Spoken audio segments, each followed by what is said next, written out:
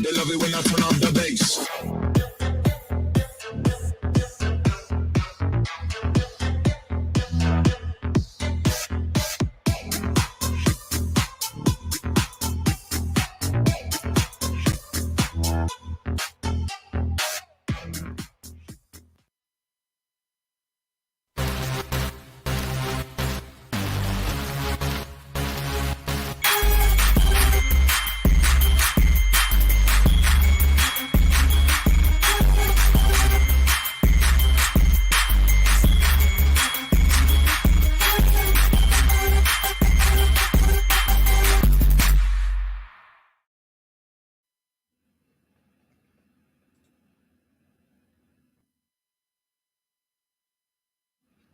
All right. We are back. We are back for another one. Welcome everybody to Talk That Talk.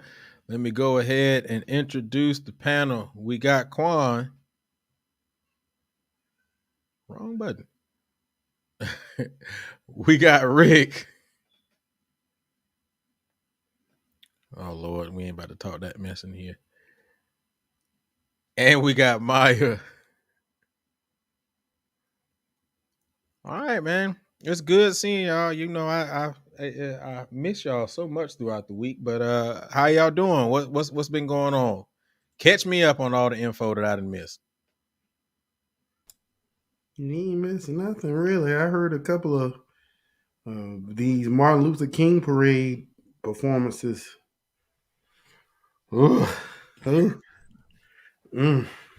Yeah, we did one Sunday. I hope you ain't talking about me. No, I ain't talking about you. No, he talking about you. He talking about you and that Star Spangled Banner that you know playing. I got on him today about it, but now I heard him talking about some of these universities, but we just gonna leave that alone. Shout out! It was some universities that did parades. Yeah. Yeah. The work we're trying to do here is important. That's all I'll say. Shout out to the 49ers, sending them sorry Cowboys home. I don't care what y'all say. I don't care how many Cowboys fans out there. Enjoy the couch. We may be home on the couch this week, but hey, y'all already on the couch. So enjoy that. I'm riding for my boys. Always have, always will. Let's go 49ers. I'm gonna do this. I'm gonna go ahead and because y'all know, first of all, for all of y'all people out there, anybody who know me, I don't watch the NFL. Like, I just don't. It's not exciting to me. But because I'm a Houstonian, I root for the Texans. We ain't gonna talk about that. But I will go ahead and give props to the 49ers. So there you go. There you go. Yeah. Hey, can I ask a question? Why are you and Quan always wearing this alpha mess on the show? This ain't no alpha convention. Get that monkey mess off of the show. Man, whoa. Can I ask one, why is it affecting you so much? Why is it bothering It ain't affecting me at all. I'm just wondering why y'all always got alpha stuff on the band show. I don't always have alpha stuff on. Last time I so happens I was in Phi Mu Alpha, and so are you. And last time I checked, you was in KK Psi. I mean, first of all, let me clarify. I have worn Signalia on the show. Barely. And secondly, I don't have a lot of Symphonia Nelia. You know that. So speaking of that, we can hype it up at the end of the show. But I'm a brand ambassador, which I'm gonna talk about that at the end of the show. But in regards to Symphonia gear and Music Greek stuff, shout out to brother Jeremiah Johnson. I had an outstanding SLIBFS sweater, great quality and everything. So shout out to Music Greeks for that. Yeah, I saw that. All of that. So yeah, I'll be wearing that next week. Okay. We all should get one, by the way. All right. We'll talk about it. We'll talk about it. Shout out to Boo Boo Kitty for the clear skin. Absolutely. We need to highlight her. And that natural daddy. Yeah, look at God. Routine. You know look at God. With the bun in the back, she didn't cut up 2 socks. You feel me? Got a Something's wrong Rolly, with y'all. Shut up, Rolly. man. I ain't seen that Mobile Kitty, since go the get you a 90s. TBS shirt out the closet. I know you got one in there. Go get you a TBS shirt. She said she put Throw that you a stuff couple of them forever. T daddies. Throw you a couple of them T daddies. Ain't she supposed to wipe it around the head and then I hit hit it? the white daddy. Oh, I missed it. Okay, my bad. My bad. Sorry. There you go. All right. How you doing, Maya? I'm sorry. Listen, I'm okay. How are y'all? I'm good. You sure you're I all like right? mine. I'm You need a swamped. virtual hug? Oh, okay. You You swamp? swamp. I'm girl. All right. Anyway, but you swamp. Swamp nigga. All right, man. Let's go ahead and get this thing started. I got a funny. Before we get going, I got a funny swamp story. Since you Lord. brought it up. So in 2014, PV's women's basketball team was legit. They won the SWAC that year. So we went to the NCAA tournament. So I'm on national TV, and it's funny. PV played UConn. So Oh yeah, I'm I like, remember this. right. I remember this. Was this the call that? Yeah. Okay, go ahead. So my old school is playing my current school. So anyway, I'm at the game, and we sound great, man. The band is killing. Like their crowd is loving us. I'm getting calls and stuff from home. Like, man, y'all sound great on TV.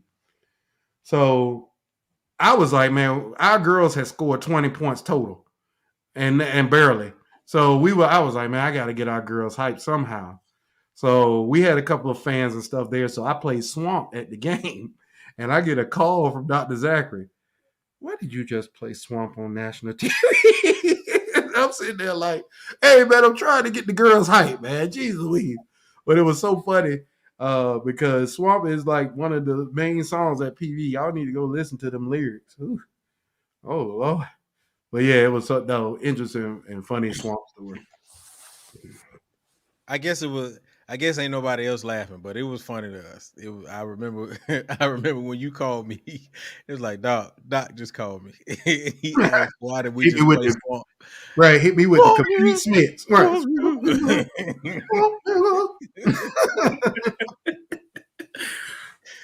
Oh man. All right. But no, I want to go ahead and answer your question, Rick, real quick before I do get this started. The only reason why I'm wearing this today is because at my school on Wednesdays, they allow us to do college day. So you can either wear your university or you can wear your Greek letters. Last week, I wore KK Psi. This week, I'm wearing Alpha. So that's the answer to that question. And that's a lie. I bought you the Find Me Alpha Daddy when last time we went to TMEA. Now lie again. You talking about the long sleeve one? You didn't buy me that. First of all, I bought that. Let me get that straight. Yes. But I didn't wear Symphonia stuff today. So it was in my wardrobe. Sorry, dog. Smiths McGrits. All right, let's go ahead and get this thing kicked off, man. Welcome everybody to Talk That Talk, where we have the unfiltered, unscripted, uncomfortable conversations about band, HBCU band coaching, music education, and more. Please make sure that you go ahead and smash that like button as soon as you walk into the room. Also, please make sure you subscribe to the network and turn on notifications. And also, go over to Spotify. Find us at Real Talk That Talk. All the episodes are, well, not all of them. A couple more episodes are going to be posted. But for the most part, all of our episodes are up there, and you can check us out on Spotify. Ride in your car, listen to us. We got a lot of good stuff that you probably missed out on. All right, let's keep this thing going. First topic of the night. I'm going to try to, well, I don't know. Let's see how this one goes.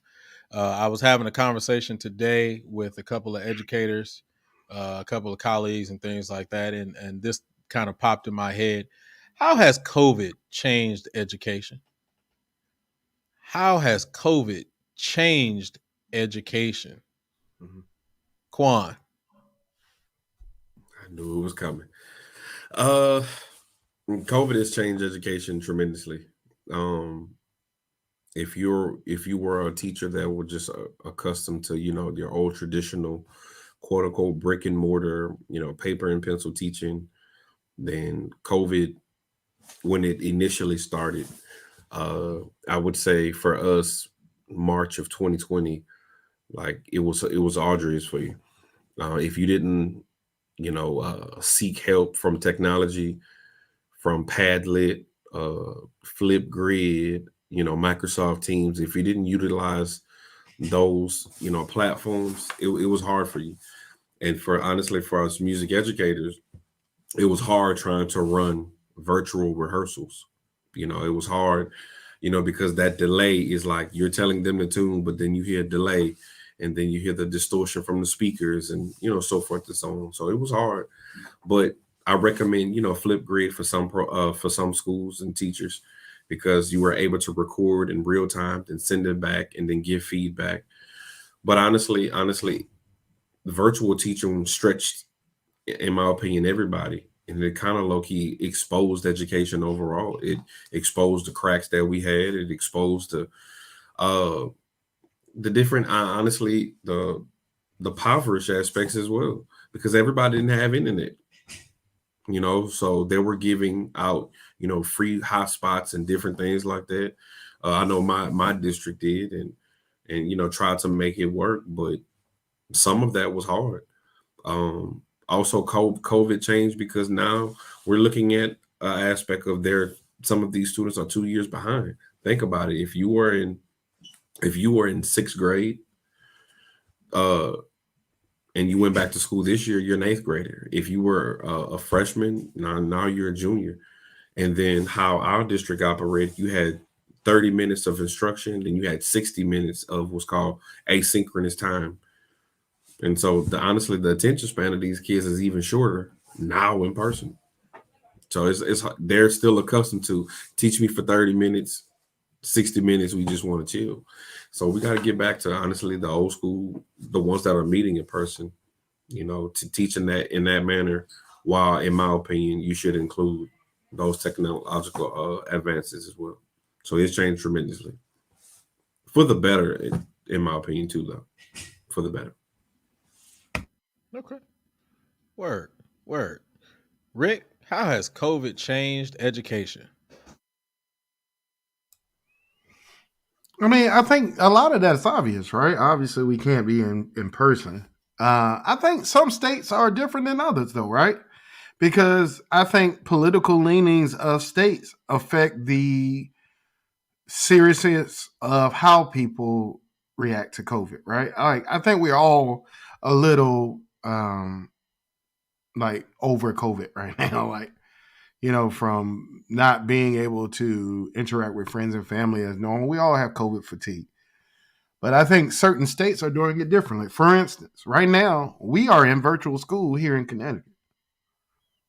I won't be back in school for another 2 weeks. You kind of made the decision that in order for us to stay safe, we have to have a healthy population. And with people doing Christmas and New Year's, they felt that giving students, that time to quarantine at home and keep themselves away from others would bring a healthy student body back. But Connecticut has always been on the front of, what they feel is best for people when it comes to COVID. We were the first college band in the country to cancel the 2020 season. We were the first. They announced that school ended in May. They announced that in June. We will not be having in-person school next year. So it's like, I look at videos of some of what's happening in Texas. You would think that the Omicron variant don't exist in Texas. People at Prospect Park having a good old time. Well, they've been having a good time at Prospect Park since the first variant of COVID was out there. I'm looking at it like, boy, they just don't care.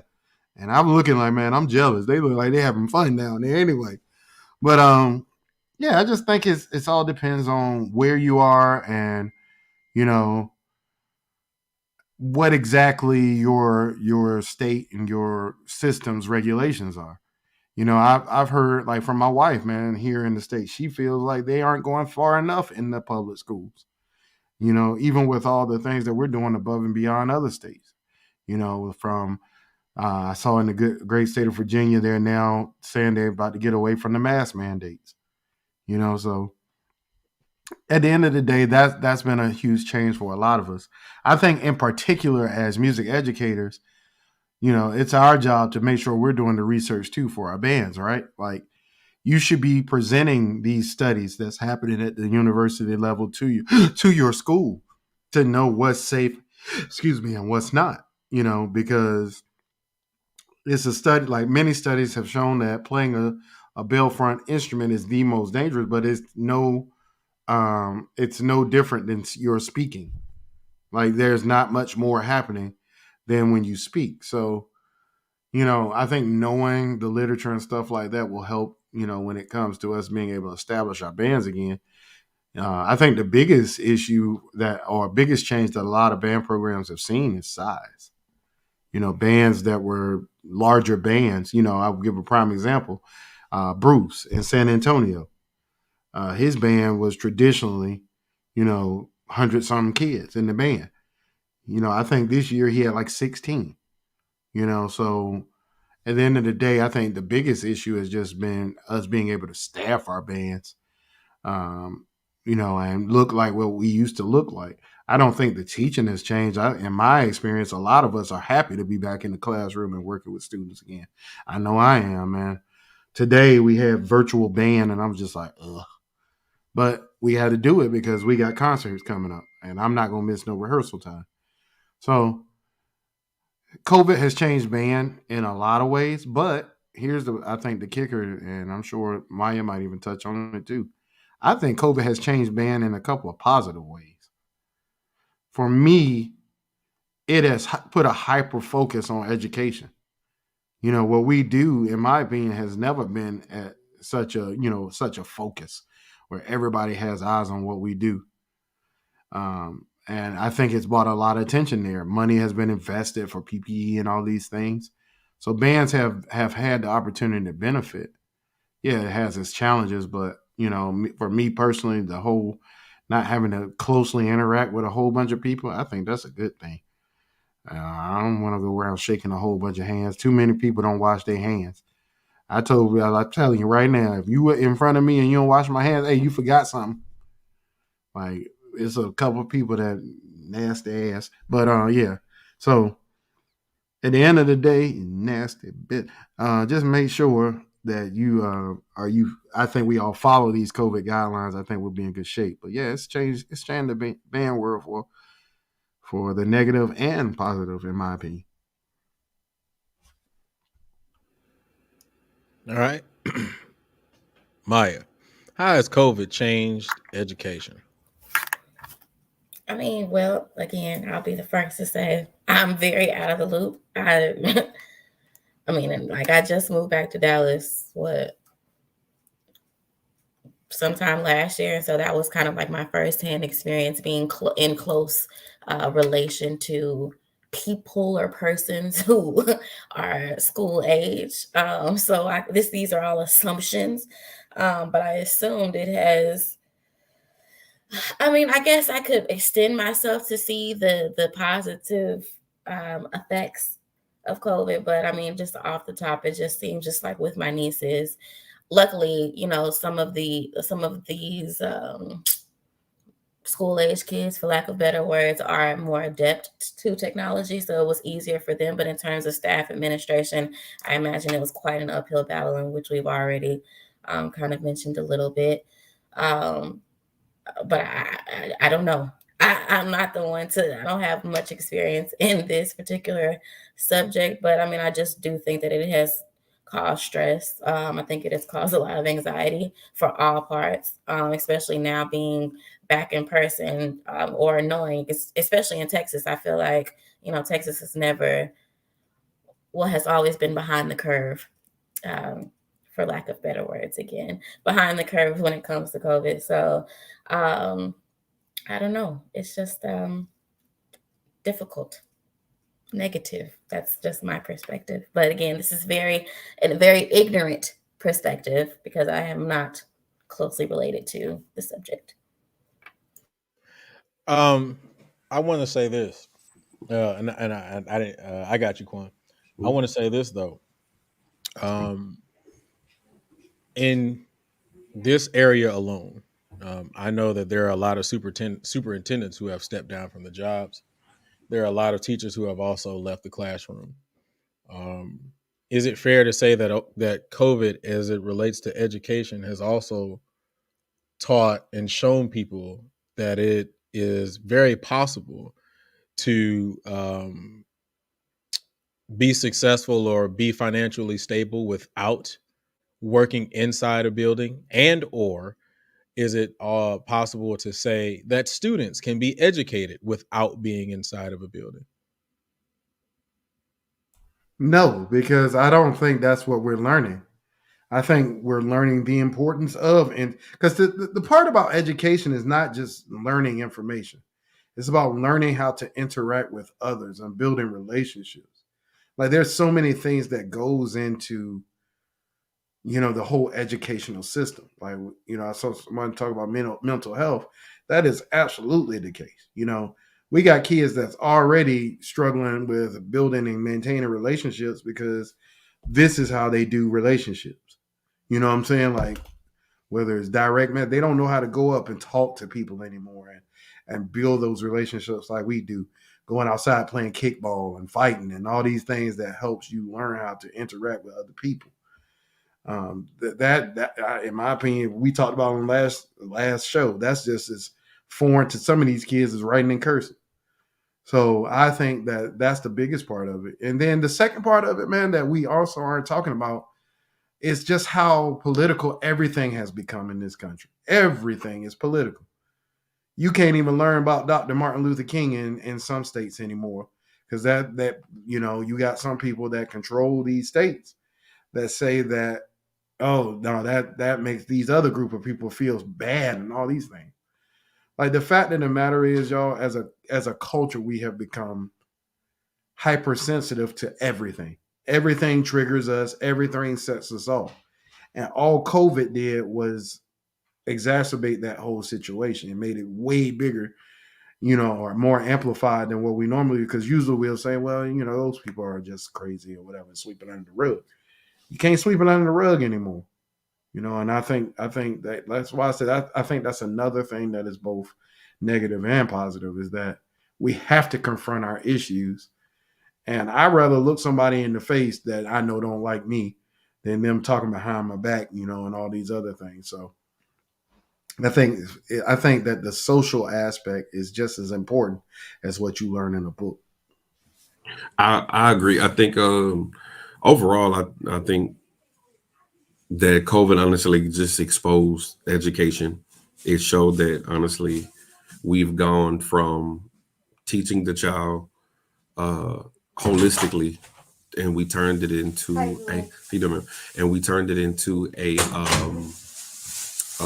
corporation. It's big business, and we know that. Also, but I must say, from a positive perspective, I know this district that I teach in, we have been honing in more from the social emotional aspect. Being empathetic towards some students who already had that anxiety, and then once they return back to school, how to kind of not put it so much pressure on them, but honestly help them honestly go through that. So I think COVID has positives and negatives for the things that we've been preaching about in urban areas that was exposed, because COVID somewhat put everybody to a degree, not everything, but some people on the same playing field. Like you couldn't see it. If you were affected by it, you were sick. I mean, so it kind of evened the playing field, but COVID did expose the big business mindset mentality of education.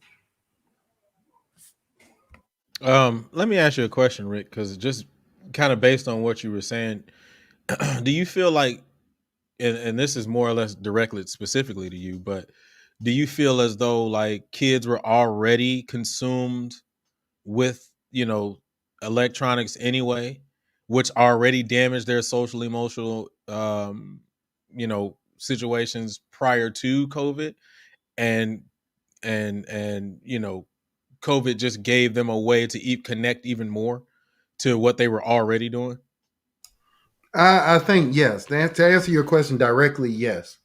But I'm looking at like a whole broad set here, right? Like I'm gonna go real dark for a second because I think it's relevant to the conversation.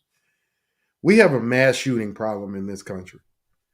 These kids going into these schools, shooting the schools up for whatever reason. And you look at the MO of all of these students, and it's usually the same type of MO. A socially awkward person with not many friends, mostly white men, sexually frustrated because they don't know how to talk to girls. They have none of those interaction skills. So in turn, that becomes, okay, everybody's against me. I'm shooting the school up. And then they have parents that empower that. For me, just because something has become a problem doesn't mean we continue to feed into it. I think that is something that comes from parenting, and I'm not going to touch that because I already know that's a touchy subject. I am not yet a father, so I can't speak from experience there. But I deal with kids just like you all do on a regular basis. And we all see the social awkwardness of these kids. Like, I have never seen so many social awkward kids in my life. You know, even I'm thinking about growing up. Like, I grew up in a community, man. Like, I moved all around my city. My parents, you know, were fortunate enough to get us into better neighborhoods as we got older. So, but growing up, like I see Tina in the comment, Tina and we've been friends since we were kids. We used to play together at the playing park right in front of her townhouse. Our townhouse was around the corner. We used to go to the park and play at that park right across the street from her house. Then when we moved, we went outside and we used to play park football. I don't know where some of y'all from, but we used to, all the parks from my city used to form football teams. And that was how we kept the violence and the drama down between the different hoods. We all played football together. We got it out on the football field. So for me, if you completely take that aspect out, which like you said, Julian, was already happening, like we're not going to stop technology. Like people just need to get over it. Kids are going to do what they do. You know, I was reading today on BET that people were mad because TikTok put its top 10 earners out and there wasn't not one black person in the top 10 for the content creators on TikTok. And I looked, the number one creator on TikTok is 17 years old. That young lady makes like, what, $17 million. They say she makes more money than almost all the CEOs of these Fortune 500 companies. And she's a 17-year-old on TikTok making whatever type of video. I've never seen it. So I don't think we need to stifle what the kids are trying to do from a creative space there. I think that we need to understand that we need to be exposing them to other things other than what they just like. And we talk about that all the time on this show. You can't just give somebody what they like. You have to also expose them to what the real world looks like. You know what I'm saying? So, you know, parents, kick your kids off the phone and kick them out the house and go to the play park and get some scratches on your body and interact with people and learn how to talk to girls. I was dark skinned growing up. It was hard. Won't no girls, don't nobody. Struggle was real, bro. Struggle was real. Won't nobody look like Maya trying to talk. Nobody look like me. I had to learn how to spit this water. And once I learned how to spit this water and spit this late Minnetonka on them, then things started to change. But, you know, hitting the talk daddy to these girls was not easy. And it took years to develop that talent. So I think in general, that's the part of, I think the kids probably miss the most from school. I know they do. I've heard them say it. It's the social interaction. And I think that that's going to be more damaging than us not teaching them about Beethoven in person. So. Word. Okay. Oh, Ma, you about to say something? Yeah, I was gonna say, so you said what real life looks like. That's just a very small excerpt or my bad. Anyways, that's too far for me to cancel that. Yeah, so let me ask you this. So what about the way, so okay, from my perspective, being corporate, right? The way that when you said that, the way that appeals to me is, what about the way in which the real life is changing to being fully technology based or 70% technology based or what have you? Like more and more jobs are becoming fully remote. I mean, we have things like Amazon. We have things like my current company that takes e-commerce or takes the norm of, God Damn it. Something must be wrong. I'll get that in a minute. Sorry about that. Like taking even buying cars. You can buy cars online. You can literally have an accessible, you don't have to reach out to anybody. So is that true? Again, this is very just throwing it out there. I'm very ignorant when it comes to education.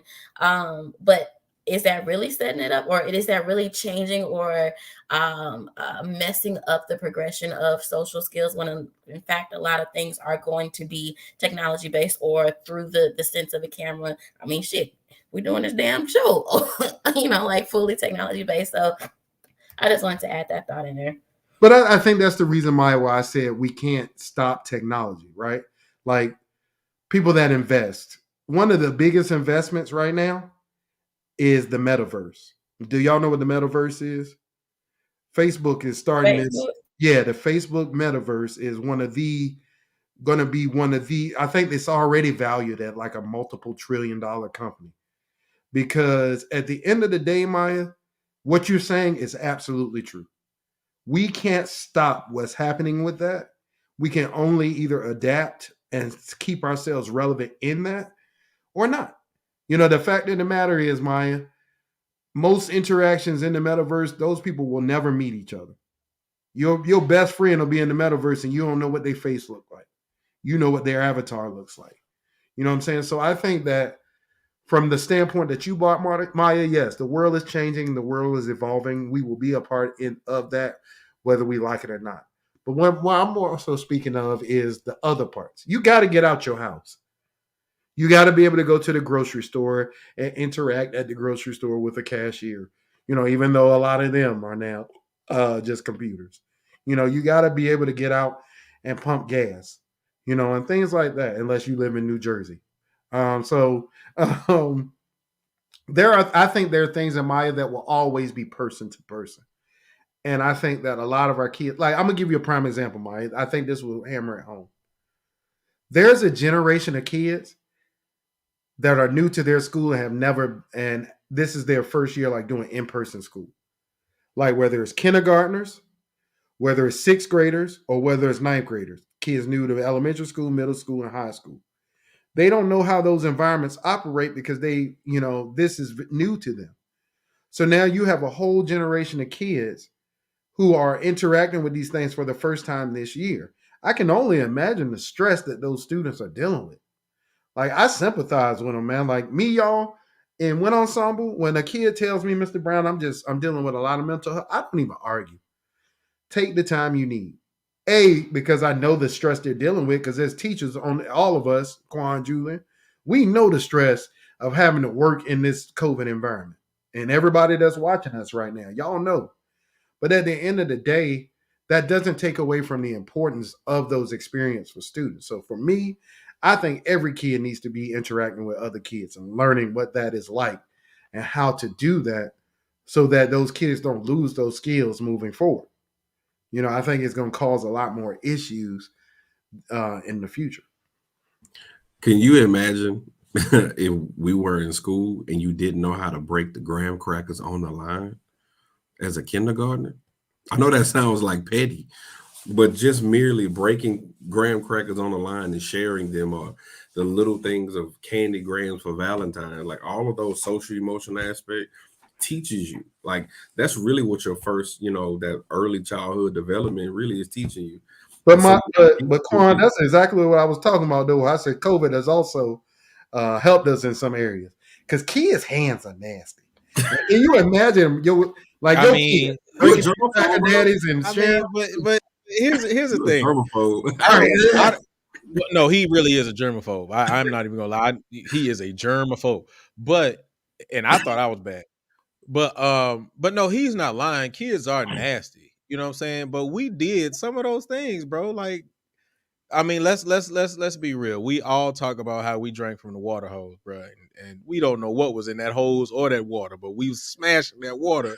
Delicious, right? And that delicious, man, that water was delicious. You know what I'm saying? So yeah, absolutely. So I agree, man. I think it's just a really interesting thought process to come from both sides. yeah, I agree. I'm not gonna get my whole spiel on that because that'll be a whole nother 30 minutes on this one topic. But I definitely agree, man. Any more final thoughts, Quan, Rick? No, but what I would like to see is I want to see how once in Jesus' name this pandemic is over, how has it truly affected college band from a longevity perspective, like 5 years from now? I really want to see because like you just said, this has affected middle school band, high school band, and I think college bands are holding on. I want to see 5 years from now, will we see this big explosion of bands again? You don't have to wait, Quan. We're seeing a lot of those issues right now, but that's coming from what we've talked about a lot with how programs are dying. Mhm. There is a shortage of good trumpet players. They just Absolutely. aren't. Absolutely. Every university is struggling to find trumpet players. Every university is struggling to find certain instruments in certain places, but trumpet just sticks out to me. Like trumpet But I players think that's extreme. But that's what I was about to say. I think that's also because you're a trumpet player, I'm a trumpet player, and we were not like phony trumpet players. We were Right. we're top tier trumpet players. Exactly. So you ain't want none of me back in my day, young Bro, fella. I'm playing, bro. I'm playing. I'm about to say, but but I think that we also hone in on that because I definitely agree. The art of trumpet playing itself is truly dying. Just really the approach to the horn, all of the necessary pedagogy to the horn. I 100% agree on that. Well, and I think it's people that would have chosen trumpet and horn back when we were in school are choosing euphonium now. Yep, euphonium. Because euphonium and baritone is the highlighted instrument in most bands that these people watch. I mean, let's be real, man. Like most of the time, like there's never a shortage of trombone players. You know what I'm saying? There's never a shortage of euphonium players in HBCU style bands. They're always there. And I think it's because of what's being highlighted at the university level. And every school is struggling for trumpets. I've heard stories about directors going into band rooms saying, "Man, who can play this and that?" All right, scholarship. Because at the end of the day, that you got to throw money at the best kids. Because in addition to our band programs, all the other schools are reaching out to these kids too. In the state of Texas, if you make all state, it ain't just Prairie View and Texas Southern and Southern Jackson coming in your living room to talk to your mama or your band room. UT's there. All these big schools are there too. And that's what I keep trying to preach on this show, right, Quan? Is that we can sit up there and we can keep ourselves in a box as much as we want to. We do what we do and we do it how we do. The fact of the matter is that's not a winning formula when we are also competing against everybody else. The world is not just us. So I think at the end of the day, man, especially from an instrumentation standpoint, we just need to. I mean, Quan, it's gonna be a bleak future, bro. Up here in Connecticut, we're dealing with a tuba shortage. They don't exist. My band had 10 tubas this year, and we're a 300-piece band. So, at the end of the day, bro, regionally, I think it's regionally too. Kids don't want to play tuba and trumpet no more, I guess. And you mentioned All-State. TMEA is coming up. I'm happy to say that we have two students who are former students of the middle school that I'm at right now have made All-State.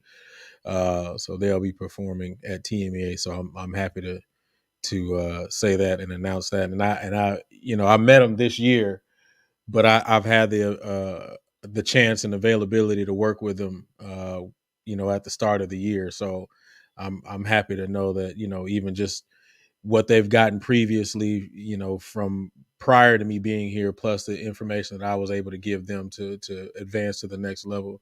So, happy to, I want to go ahead and announce that, that's a prideful statement. All right, let's keep it rolling though. All right. Here we go. Welcome everybody to Talk That Talk, where we have the unfiltered, unscripted, uncomfortable conversations about band, HBCU band culture, music, music education, and more. Did I say education? Music education and more. As soon as you come in, go ahead and smash that like button, man. Y'all go ahead and get these likes up, man. I appreciate all the comments that's happening in the chat, man. You know, I appreciate all that, and I love all of you guys for that. But go ahead and click that like button. Let's get these likes up. Also, please make sure that you go ahead and subscribe to the network and turn on notifications. Also, once again, you can go over to Spotify if you're just walking in. You can go over to Spotify, find us at Real Talk That Talk, and you will find this episode uploaded tomorrow. All right.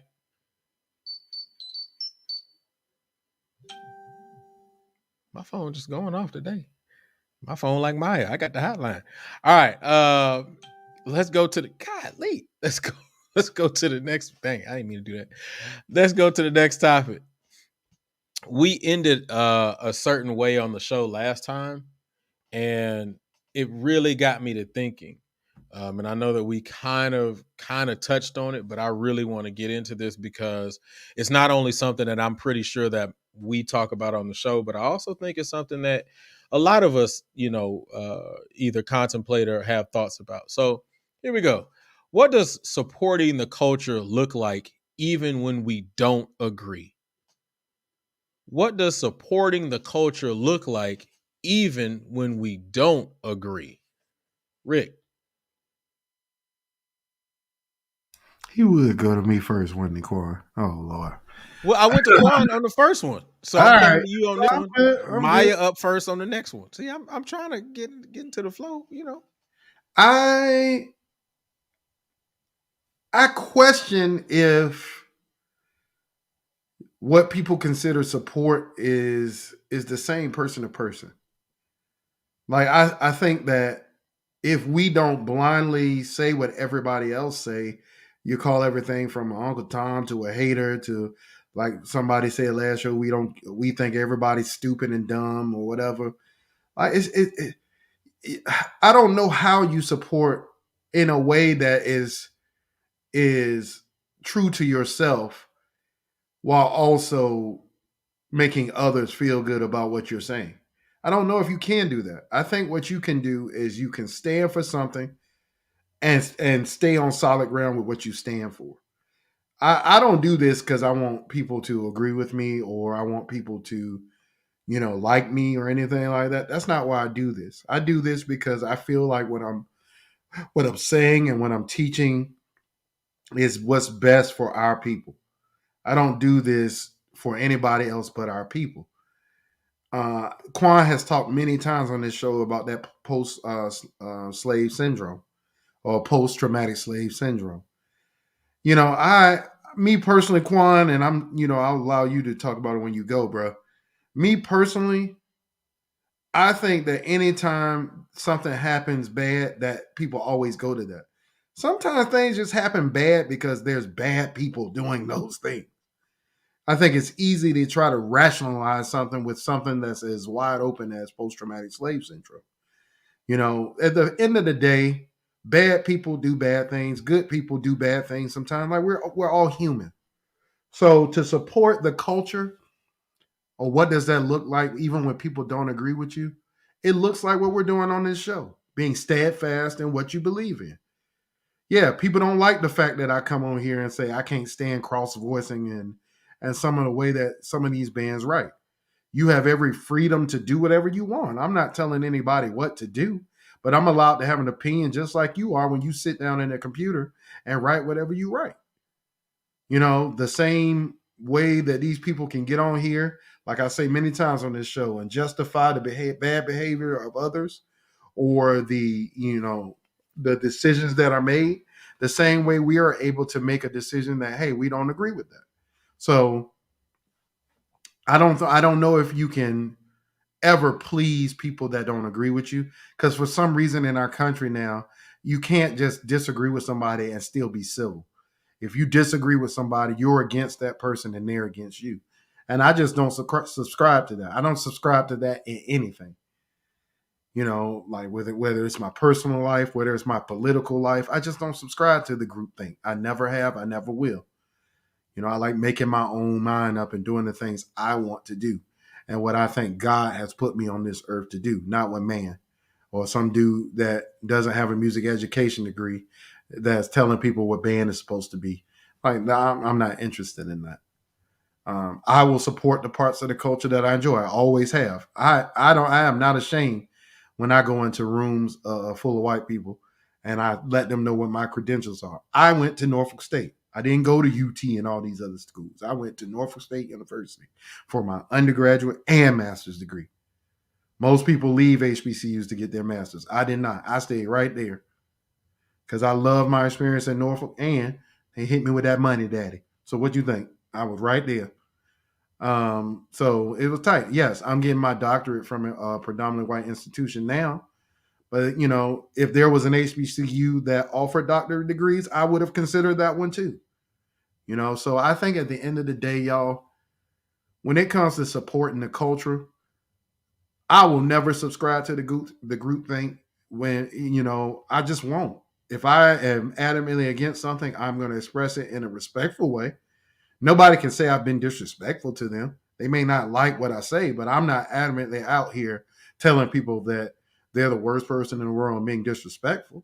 I think some of their actions are disrespectful to the students that are in front of them. You know, what justice are we doing to students when they don't even know how to tune? Or they don't even have any considerations for tuning or listening when they play? That is a disservice to the students. You don't have to like what I'm saying. The fact of the matter is, out of tune is out of tune. Bad sounds are bad sounds. Bad is bad. And it's like I always say on this show, y'all. I'm now in with this and throw it to whoever you want, Julie. It's funny how we're never able to have a varying opinion on something with the people that have an opinion on everything. These are the same people that every week tell you how your band sucks, how your director needs to be fired, how your student or how your arrangers don't know what the hell they're doing. They don't know how to arrange. They don't know how to do none of this. And these are people that have never taken an arranging course in their life. So somebody that's actually doing it at a high level, they don't know what they're doing. They need to be fired, blah, blah, blah, from a person that has no training in that field whatsoever. You know, it's that fight against expertise, man. So to answer the question, I don't think that we can, in their opinion, support the culture through disagreement. Through my opinion, I think our disagreements with certain things are absolutely supporting the culture, because I said this when we first started having these type of arguments. If you love something, you should want better for it. That's it. All right. Maya, what does supporting the culture look like even when we don't agree? For starters, I think us getting back to the thought process of community. So it takes a village, that age-old mantra or thought process. And, you know, it takes a varying amount of skill sets. It takes a varying amount of degrees of opinion and perspective to make the world go round. And I think in terms of our culture or this culture, it's yet another community. So one, being able to put respect on the fact that we all come from different backgrounds. We all have different degrees of knowledge. We all have different perspectives and iterations of how we feel we can change or progress the culture in itself. I think also going back to the sense of some people just want to say stuff just to say stuff. But I mean, sometimes it's okay to actively listen, to be teachable, and to be able to stand in a sense of, hey, whether it's old folks or young folks, I think everybody should get back to being able to work together to figure out like, hey, this is where I'm come from. This is where I see this going, or this is my perspective on this, and being able to have an open conversation. That's the foundation of it, is in respect. I think that that's a way that we can support the culture. Because, I mean, again, we may not necessarily agree, but if we're all here to do the same thing, then I don't see why we just can't agree to disagree.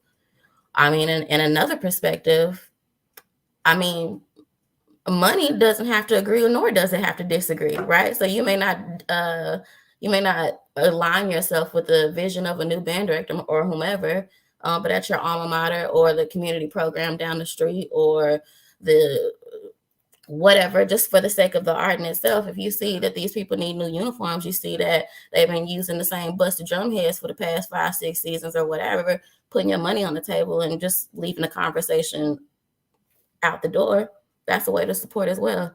Just pretty much just making some type of foundation for us to be respectful and for us to be innovative, creative, and continue to propel forward. We don't have to agree on everything, but I think that we should respect each other and we should be able to be teachable and be able to pivot when necessary. Yeah, respect. That is an interesting word right now in this culture.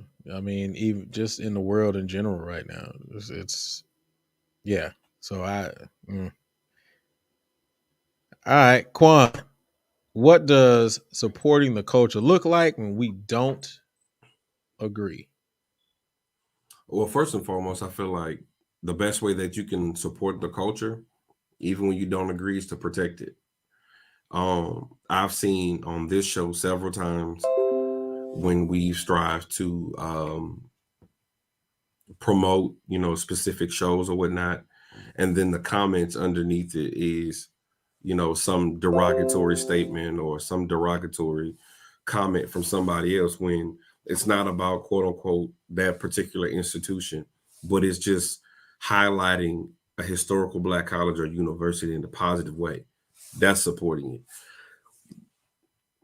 What I realize is through these conversations and whatnot, other cultures feel like they can chime in and say things because they see us do it. When we don't support our own, when we are, where I'm from, we call fat mouth, when we fat mouthing, HBCUs and whatnot publicly and excoriating them and downplaying them, well, you're giving free reign for other cultures to do it as well. So don't be mad when they do it, because when they do it, they don't even have any ties to it, but they're following suit from what is being taught to them. I mean, it used to be a point where, yeah, we may joke about each other HBCUs, but we're not going to let nobody else disrespect or belittle our HBCUs, but we do it on YouTube every day. One of the points that I thought of was in 1961, there was a great debate conversation between James Baldwin and Nikki Giovanni. They were talking about the state of the Black people, the orders of the house and, men versus women. They didn't agree with each other at all, but they never disrespected each other. Why? Honestly, as Black people, we can't get to that point. You may not agree with the style of Norfolk. You may not agree with the style of FAMU. But what do they do that's well that you like, man, that's what's up? And my thing is, how can you protect them from being excoriated and belittled by other cultures? Like, you'll never, even though Ohio State and Michigan are real rivals, you'll never see them shitting on each other publicly, ever. And us, though, we got to take it to the extreme. We got to, we talk about them on YouTube, we talk about them on Facebook. And then when somebody else talk about them, it's like, oh, well, they got the audacity to talk, but you gave them the leeway to do it. And so you gotta protect what's yours. If we're going to protect this HBCU thing, well, we need to protect each other in a manner where it's it's one thing to say, talk about a person, but it's another thing to be say, bro, I don't agree with it, but if you do it and it's positive, well, do your thing. That's why, respectfully, I see Rick's point when he speaks about mass ban. He sees my point. We may not agree totally on it, but I feel him on it, and we just keep it pushing. But that still don't mean I don't love him any less than and you just keep it pushing. You can agree to disagree and keep it pushing. The problem is people are arguing with their feelings instead of facts. And there's such thing as syllogism and absolute truth. And we just got to learn that in between, bro, and just call it a day. But we need to protect what's our own. That's how you can support the culture. I just got to say that that protect what's our own is really, really, really something that I think about all the time.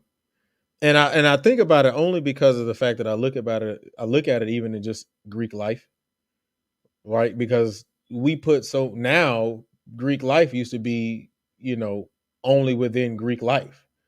And now we put so much stuff out there, and then you get somebody like Lil Boosie hitting the shimmy daddy and wearing Capanelia, and then we like, oh, that's cap, that's trash, But we put it out there. We put it out there for the world to see. We put it out there for everybody to have, and then we comment on it. But then all of a sudden, it's an issue when somebody else does it. So I definitely agree. Protect the culture. I can't disagree with that one. But you're missing one. Well, I don't want to be. I don't want to come off as disrespectful. I think we're missing one part because I think You disrespectful, dog. All right, go ahead. Quan brought up disrespect amongst black people, right? I think the part that's missing. I've been watching a lot of documentaries over the day, like since Dr. Martin Luther King's birthday, and just before that, it's just been a lot going on. If you haven't seen this Emmett Till show on ABC, I strongly suggest you go watch it. And I usually get strong emotions anytime I watch anything about from slavery through the civil rights movement. I get angry because we don't know that life. We try to act like we do, but we don't. Everybody on this call has lived a life of privilege that our parents and our grandparents did not. So we are able to sympathize because we get angry when we see that mistreatment of our people. But in that struggle, y'all, it was golly, Mamie Till, Emmett Till's mom. I watched an interview of hers on YouTube, and she said Black excellence was the standard for every Black person during that time because we were all fighting for something in lockstep with one another. It's easy now, like political things, or some Black people to agree with this side or that side. Back then, I don't think it was no Black people saying, man, I think this separate but equal is where we need to stay. Well, I think, this racism, I got to have it. I don't think nobody was saying that. I think we were in lockstep. And like we've talked about already on this show, things change. Like Maya brought it up. Things change. Technology happens, whatever. But from the way we dressed to the way we carried ourselves in public, listening to how articulate some of those people were, that didn't have the opportunity to go to college and stuff like we did. But yet some of the smartest people you ever met in your life. And they sound like it. You know what I'm saying? So I think that just overall, Black excellence is not the overarching thing anymore. I think that it's me above everything else, above us. It's not the us conversation anymore. And I see that a lot. I see that from how these bands fight with each other and the other band is their mortal enemy. Like if you go to a said school, I can't be friends with you. I can't date you, blah, blah, blah, because you went to that school. Like it's just stupidity. And it's for band. Like it just baffles me. People getting beat up to be in band. Like all these things that culturally make no sense to me that so many of our friends and colleagues had to deal with in school, and now they expect it. So yeah, I wonder if it's still centered on Black excellence. But go ahead, Chief. First of all, what up, though? What up, though, bro? Man, what's good with y'all, man? It's good to see everybody. Yes, sir. You see, I'm rocking this 49ers water. Hey, man. Hey, I literally told my homeboy Saturday night we was playing the gig, and I was like, the Niners gonna beat the Cowboys. The Cowboys always choke, so sorry, Cowboys fans, but it's true. But I mean, I'm a Lions fan, so what I'm gonna say? Who cares? All right. I was thinking about the question, and everybody kind of answered with the things that I was gonna say, which always happens when you go last on the show. But that's the way it goes. But I saw a comment Charles Connor was saying, and I couldn't agree more with the idea that discretion and tact and decorum. That was actually what I was thinking. I was like, we have this idea that when you were talking about, Rick, just tie these two things together. You were talking about how we don't believe in Black excellence. I think people believe they do have an idea of what they believe Black excellence is, but they believe that there's only one way for it to look like, or the whatever way they think it is. That's how it has to be.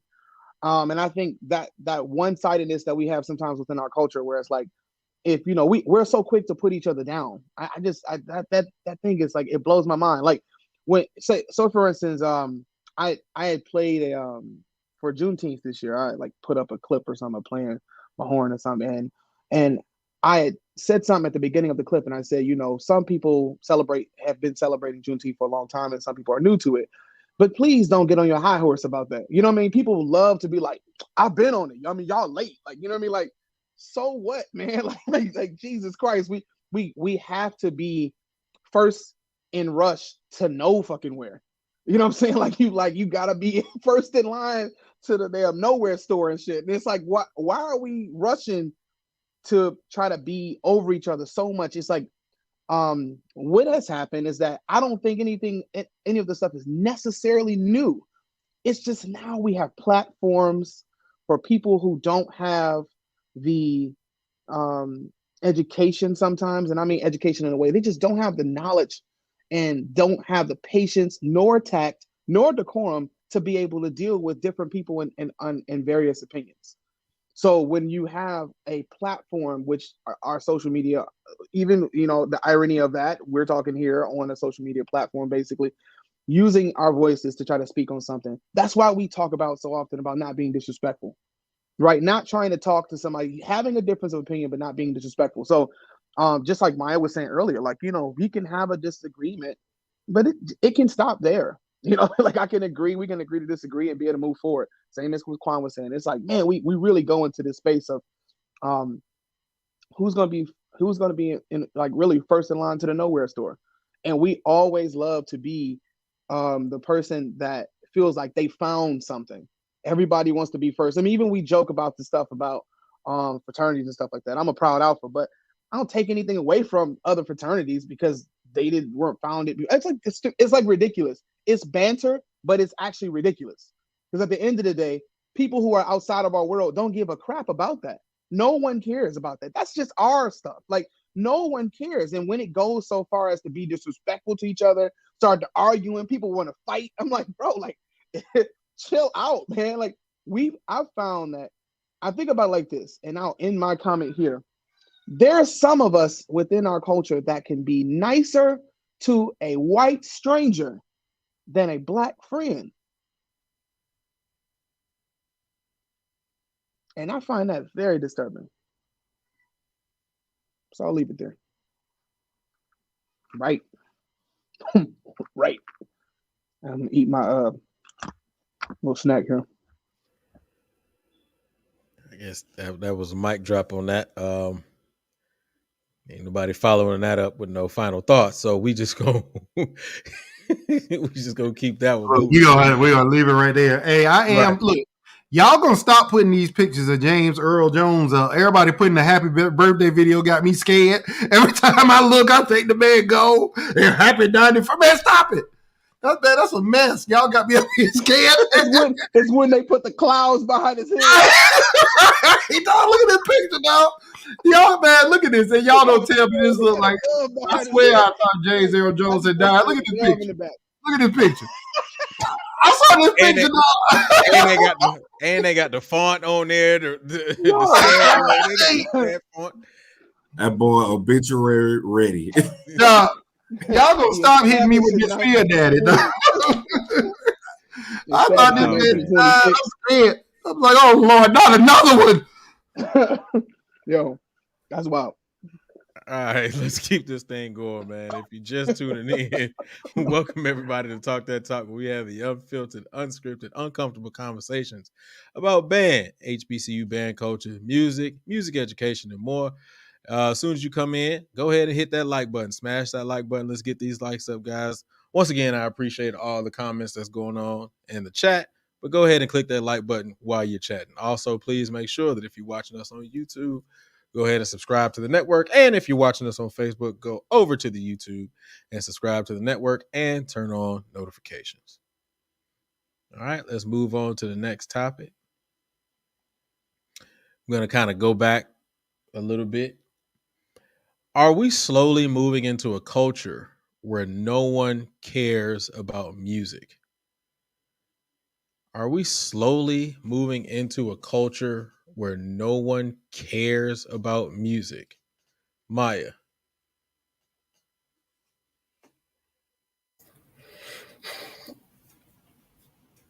I'm trying to figure out, like, I'm trying to process that because the first thing that comes to mind is that haven't we already been transitioning that way?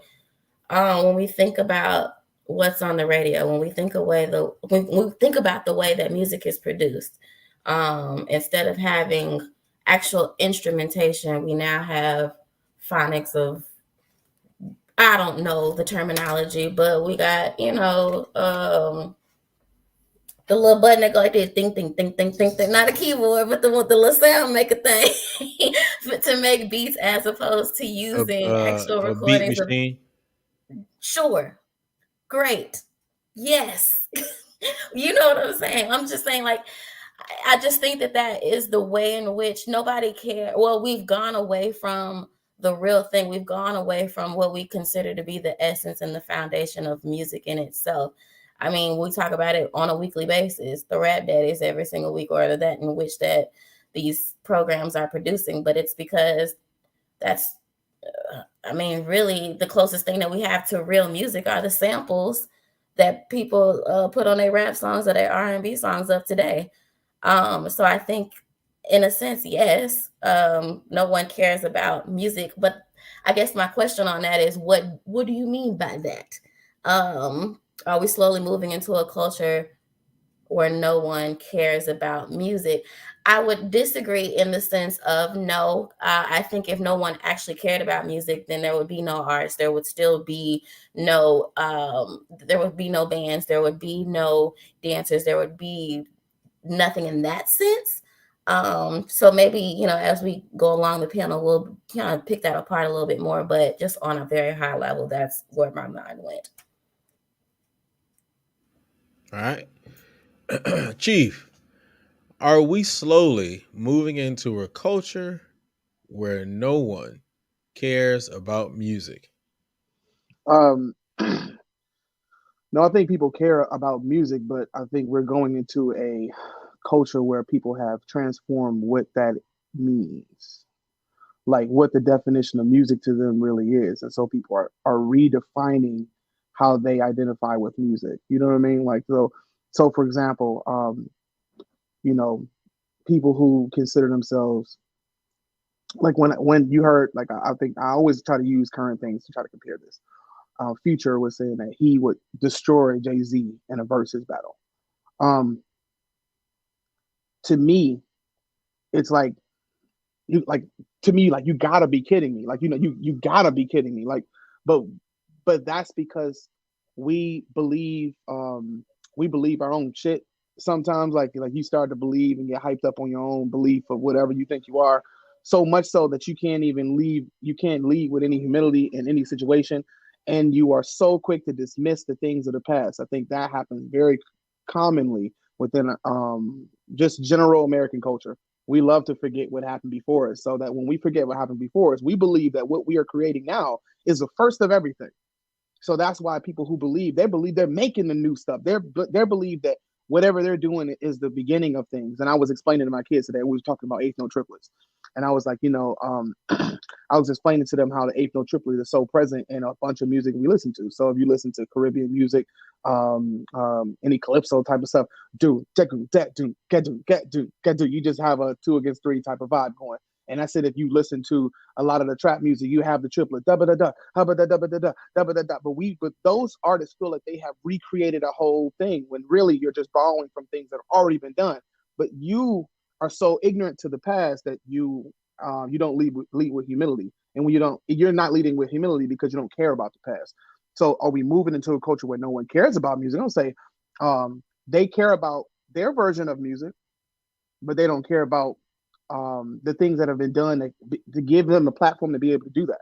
We were just talking about how we should have appreciation for the privilege that we live in. We live in a very privileged world where anything that we want can really be at our fingertips. If you want to hear something that comes from the past, if you have an Apple Music subscription or Spotify, or YouTube or any of that ish, you can just go look it up. 9 times out of 10, you'll find it. And because we don't sometimes care to try to connect the past with the current. And then when we do, we try to duplicate it like exactly, which is just ridiculous. So yeah, I don't think we are moving into a version of music that I understand, or that I not understand, but that I connect with in most parts. But there are pockets of us that are doing really great things. They just don't get the platforms that are necessary to be able to really push out that message. So there are really great musicians out here that are doing great stuff. But unfortunately, the nonsense gets the platform, which is the same way when gangster rap was going on and people were killing each other, West Coast, East Coast stuff. While Biggie and Tupac was going crazy with each other, you still had KRS-One rapping. We didn't pay attention to that though. So that's how I see it. There's always going to be some outlier and undercurrent of true essence of the art form. Always. All right. Rick, are we slowly moving into a culture where no one cares about music? The answer is no and yes, right? Because I want to go even more on what Mario was saying because I think he's right on. Like, this is not new to music, y'all. Every single generation has done this. They have rebelled against the music of the last generation. Usually, the generation we identify with, the people that we listen to, come from our generation. They are us, so it's easier for us to identify with it. I mean, obviously, you're gonna have them old souls. I'm one of them. I like Luther Vandross. I like Earth, Wind, and Fire. I like all them old daddies. You know, in most cases, I may reach for that before I reach for, you know, something that's out now. But that doesn't mean that's what's out now is not good. That's why I do this whole thing. Majority of the music that I'm introducing people to is this new generation, is new people. Person I'm listening to the most right now is Lucky Day. I like Lucky Day. That dude is sharp, man. And he has a new album coming out soon. I like Moonchild. They have a new album coming out soon. Robert Glasper just announced his new album coming out soon. I was going to say it tonight on the show. Black Radio 3 is coming out in a few months. You know, so that water, you can ingratiate yourself with 1 and 2, because I'm sure part 3, yes, sir. The water's a Lake Minnetonka. But it's not new. It's something that's happened throughout history. I asked my dad one time, and this was one of the most interesting conversations I've ever had with my dad. I went up to my dad and I was like, "Hey, Dad, what type of music did Grandma listen to?" Like, just randomly asked my dad like a random question. He's like, "What?" Because I was like, "Dad, you listen to Earth, Wind, and Fire. You listen to the Stylistics. You listen to Luther, Anita Baker. That's your music. What was Grandma listening to?" He was like, "Grandma used to listen to a lot of Temptations, you know, like that generation." My grandmother was born in the 30s. So I'm sitting there like, all right, so the Temptations came out in the 50s. So she was in her 20s when she fell in love with this group. Those people were a part of her generation. And I asked her, I was like, did she like Miles Davis? Because, you know, I'm a huge Miles fan. He was like, yeah, everybody liked Miles Davis. He was like, you know, Miles Davis was bigger than the music. He was what black people looked at as like what they wanted to be. Like, that was the pinnacle. Miles Davis was the richest black musician out there, period. Miles Davis had 11 Ferraris, you know, or was it 13? One of the two. Miles Davis had like multiple Ferraris. He had money. He had the baddest chick on his arm. He had the flyest clothes on. And he was one of the only black people in the country that was cussing white folks out. You know, he was what people looked at. So I look at that and I'm sitting there like, so did you listen to Miles Davis? No. No, that wasn't my music. You know what I was listening to. You know, that doesn't make the music that we listen to any less great than what it is. And it also doesn't make what these kids now and every group of kids from their generation listen to any less important than what we're doing. I'm sorry. It's some rappers right now that I can identify with. Kendrick Lamar, J. Cole, this cat from California, Corday. If y'all never heard his music, Corday, young cat. Actually, he's from Baltimore, but he lives in Naomi Osaka's boyfriend. He's dope. He's a dope rapper, man. I like Tyler, the Creator. I think that brother is creative as hell, man. He's sharp. You know, there's a lot of people. I can't necessarily get into the mumble rap, but you put on March Madness by Future, I'm gonna be secretly just because I like March Madness by Future. You know, do I think he can stand on the stage with Jay-Z? No. But I'm also from that Jay-Z generation. So, you know, me personally, I agree with Jay-Z. Only person I can see standing on the stage with Jay-Z is Lil Wayne. That's it. Not even Nas. Nas got hits. He ain't got Jay-Z hits. You know what I'm saying? Or R. Kelly. And we know he ain't gonna be on the stage with Jay-Z. He gonna be somewhere else. So yeah, man, I don't think that that people are moving away from our music. I think we're seeing a cultural shift to their music and what they like. And to be honest, y'all, what they like is what's popular culture. We old now. We don't want to admit it. We old. I just said this today to my student. Just said the same thing. Mario, I cannot believe that I'm gonna be 40 this year. Like, that shit blows my mind. I turned 40 in December. I can remember being 18, pulling up to Norfolk State, 17. I was 17, y'all, when I went to college. I can remember 17, pulling up at Norfolk State, my parents dropping me off, giving me $20 and saying graduate. I can remember that like it was yesterday. And that was over 20 years ago, bro. And I'm saying, like, damn, I've been an Omega for 20 years. I can remember being 19 and being a part of a non-hazing, non-pledging process in Norfolk State, membership in selection process, you know, and doing all those things to be an Omega. And now it's 20 years later, bro. We old. So let these kids do what they do. Let them control everything that they want to do. You know, that's where we are, man. So, Mario, I'm old, bro. Smiths. I just said the same thing today to my students. Yeah, bro. you old. I ain't old. You're getting up there, dog. We definitely getting up there, man. Oh, y'all. I ain't old. Shorty. But I'm saying, I can remember meeting y'all for the first time. You know what I'm saying? I was 17 when I met you, dog. Right. Well, And I was 18. You know what I'm saying? Now I'm about 40. Like, golly, bro. Mario, that's getting old too. Don't even try it. That's all right. why people be gonna pull her? You gonna pull her in? Right. Well, first you got some body parts that hurt that didn't used to. I know you do. So now don't start. I'm still thumping and bumping, baby. I don't know what you're talking about. That's because she still got a 2 in the front. She still got a 2 in the front. When you get that 3, daddy, we're gonna see what we're gonna see.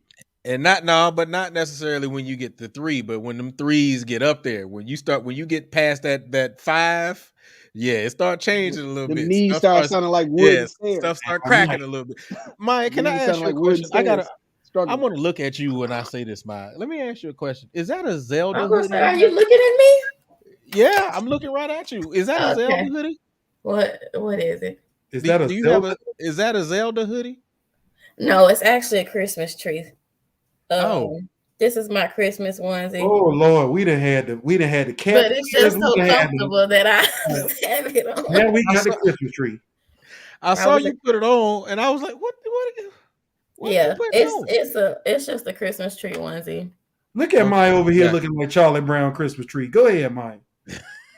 Thank you. It's for the culture. Maya, that little skinny daddy. Christmas time is here. Yeah. All right. Who? Oh, yeah. Quan. Are we slowly moving into a culture where no one cares about music? I think everybody said no. No, music will always be important. Music, I truly believe that. We're just at a point where, you know, as music educators, we have to adjust to what's the next wave. You're always going to have, like Rick said, those pockets of individuals that relate to the past. Like, I feel like Anderson .Paak is kind of like this generation's James Brown. Like, we're talking. And honestly, people, you know, have just been, you know, hyped on him since he's been doing with Bruno Mars, but the guy really has been having hits, like from Suede to Bubbling. Like, he got some hits, you know what I'm saying? So, but also, you know, you have to be able to relate to some of the things that's going on of today. Because honestly, I've been listening to Frito Bang, you know, lately. He's a rapper from out of Baton Rouge. You know, YB, young boy, he got a cult following. Like, he's not even on the radio, but he's one of the number one, you know, hip hop artists in the world at this time. So even though I don't understand some of it, I listen to it, and I respect for what they're doing. But I mean, music is always going to be there to stay. But you have groups like Moonchild, like Rick said, that always going to give you that new soul, that old feeling. I mean, it's just honestly what your palate is able to taste at this point in your life. And you know what's crazy? You know what's crazy, Quan? It's a lot of people that like Moonchild. Mm-hmm. And they like, man, this is one of the most soulful groups I ever heard in my don't life. know they And white. they talking about their white. It's 3 white people. I mean, real Caucasian too. Yes. Amber Navran, she's a advocate for the community though. I saw them. She is dope. Yeah, she's dope, super dope. Like, but that's 3 white folks. Yeah. So under some circumstances, Quan, some of these haters out here, like you talked about earlier, will be like, "Oh, now I can't listen to her no more because it's white folk. Oh, they've taken our music." First time I heard her, I thought she sounded like Erykah Badu. I thought it was Erykah Badu in a group. People ain't stop listening to Michael McDonald.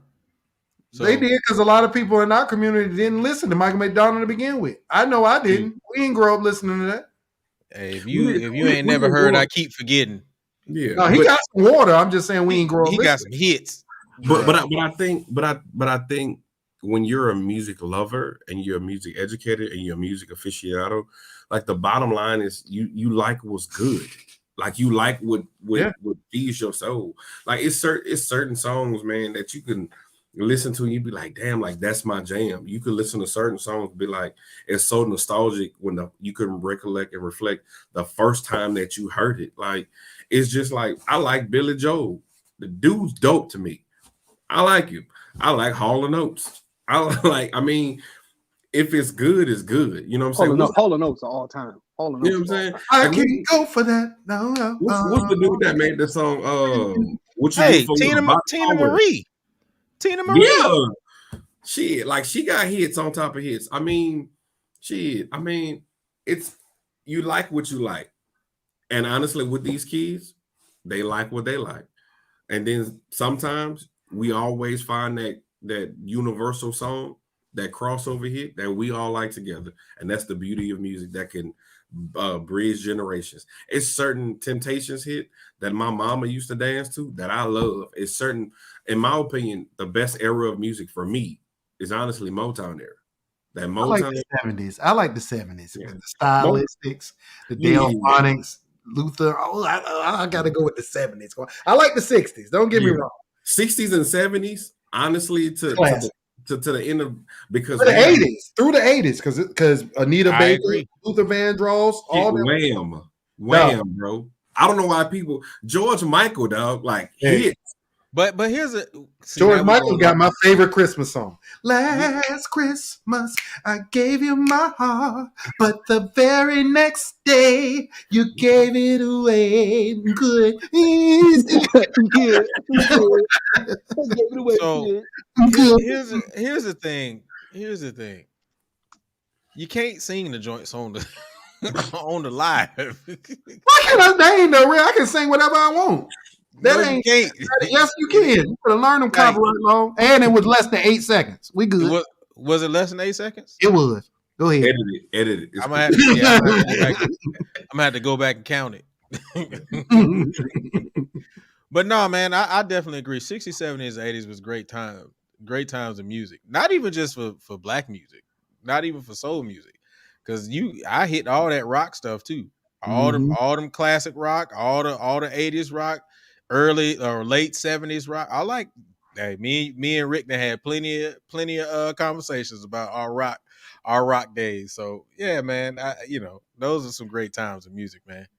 But I just with this one comment, you know what I realized when I was younger though, I think now this generation is more freer to like whatever they want.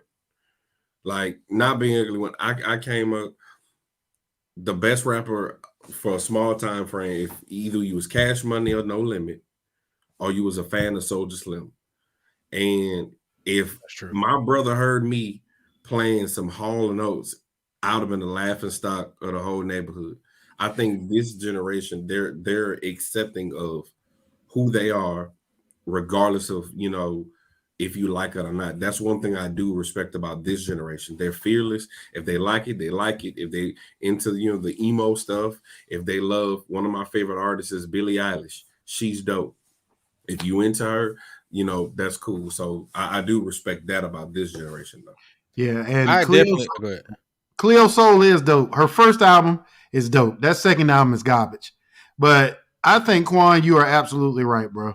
Because this generation of kid, man, they do what they want, how they want, when they want. And I love that about them, man.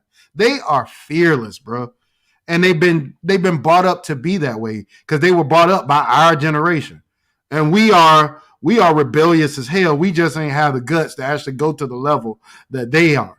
These kids, man, walking out of schools and all, I can't imagine walking out of school like that, in protest or something. Like these kids, man, they're fearless, and I love that about them.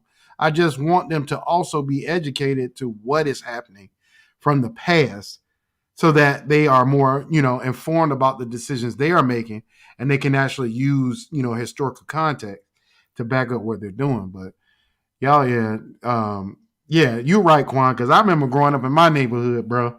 I used to listen to Radiohead in secret because I love Radiohead. I like Smashing Pumpkins. It's a lot of groups like that I like. I listen to Aerosmith. Yep. Nirvana. One of my favorite songs is Everybody Wants to Rule the World by Tears for Fears. That song is a feel-good song anywhere. So much so, we closed with it in our first Honda show with PV. Like, I love that chart. So, yeah, man, like being fearless, this generation is definitely that, man. And I hope that they are able to go to levels that our ancestors weren't able to go to, and even us, man. Kudos to y'all.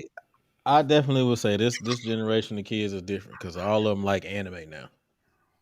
Well, we ain't gonna talk about that. But I did too. I'm about to say Dragon Ball Z is where it's at. You tripping? Like, come on, dog. The whole Namek song. Man, you tripping? Chief, stop shaking your head. Stop it, Chief. You ain't hit that Dragon Ball Z, daddy.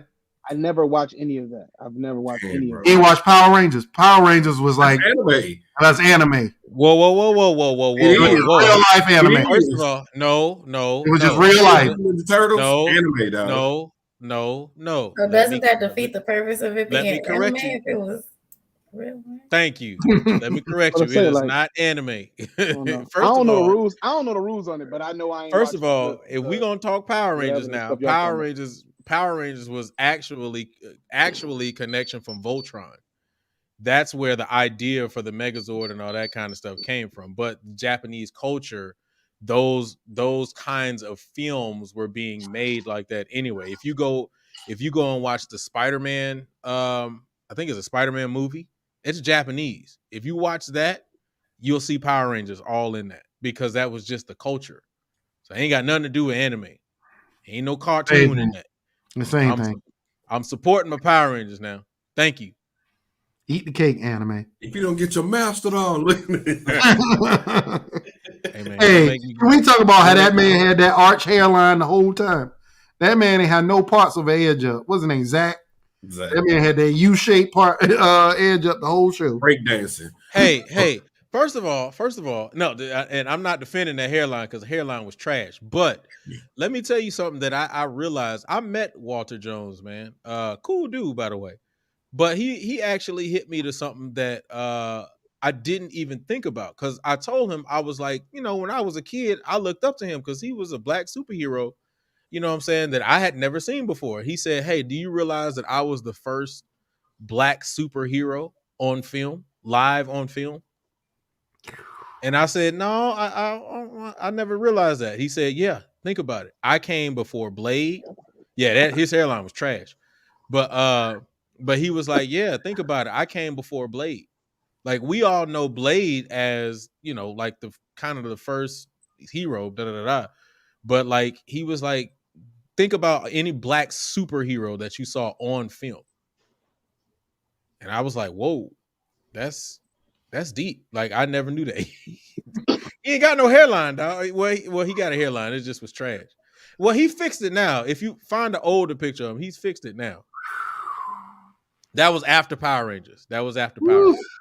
Ooh. Well, we gonna act like you don't have that Go-Go Power Rangers going in the background. Absolutely. I am a 100% fan. I watched the new version with my son. Daggone right. Maya, let me ask you this: did you watch Power Rangers? Because my sister used to run home with me to make sure we caught it. Or That is that is before you? sexist. Yes, I did. I didn't know if the girls liked it as much as we did because I was obsessed. Maya, I used to sprint from the bus stop to the crib to make sure I ain't miss a second. My In a cousins deep and sweat. I would Right. Quan always. space. He's like, God damn. Blank Man. No, Zach was Yes. before Blank Man. Zach was before Blank Man. Blake Man is hilarious. I'm sorry. It's a great movie. Though. That- We are so off topic right now. We are. We got in the movie, but yeah, Blank Man was dope though. That before Spawn. Yep, he was before Spawn. Michael Jai White. Michael Jai White was hitting it, but he was before Spawn. Absolutely. So yeah. All right, let's keep this thing rolling, man. Because we could talk. I could talk Power Rangers all day, but I could definitely talk movies all day. All right, let's keep it rolling though, man. If You weak. Your microphone just shut off. You weak. I did. Your That was mic. my fault. Look, that was my fault because I'm sitting up here. I accidentally hit the mute button. Welcome everybody to Talk That Talk. We have the unfiltered, unscripted, uncomfortable conversations about band, HBCU band culture, music education, and obviously more because we were just talking about Power Rangers and movies and all that mess. Please make sure that as soon as you come in, you go ahead and smash that like button. Hey man, we got to get these likes up, man. I'm enjoying the conversation I'm seeing in the chat, and I'm also enjoying the number of people I see viewing. But you got to go ahead and hit that like button. Let's get these likes up. Let's make these likes match the number of people viewing. Also, please make sure that you subscribe to the network and turn on notifications. We're getting to our last topic, and then once I go ahead and announce this topic, then I'm going to put the link in the chat so that you can call in with us and give all your thoughts, views, and opinions on anything that we talked about. All right. Last topic. Since music is related to culture, has today's music affected marching band creativity? Since music is related to culture, has today's music affected marching band creativity? Chief. Yes and no. So I'll say the majority of the popular music. So let me respond to it like this. Rap music has become pop music. So because it's become pop music in most cases, like the traditional the music of the time is kind of what the kids go to write like that. So we talk about the stuff of the 90s and stuff like that. They were playing the pop music of the 70s, like when you play Earth, Wind and Fire. It just so happened to last long. And in our band culture, we love to like recycle a lot of stuff. So because of that, you'll have people still playing, cranking up Boogie Wonderland and, I'm saying 2005 and shit like that. So like it just depends. Like some stuff we consider classic and some stuff we consider like, just a good song or whatever. Now, obviously the orchestration of some of those older tunes, or the arrangements allowed more orchestration, allowed more things. You were able to voice things better. You had more of array of colors and sounds that you could put into music when you had those different songs. I just think people can be, some bands, not everybody, but some bands can be off just lazy when it comes to the songs that they're writing, because they don't want to look for things that are out the box. There are a lot of great songs out. There are so many things, and we have more access to those great songs now than we did before.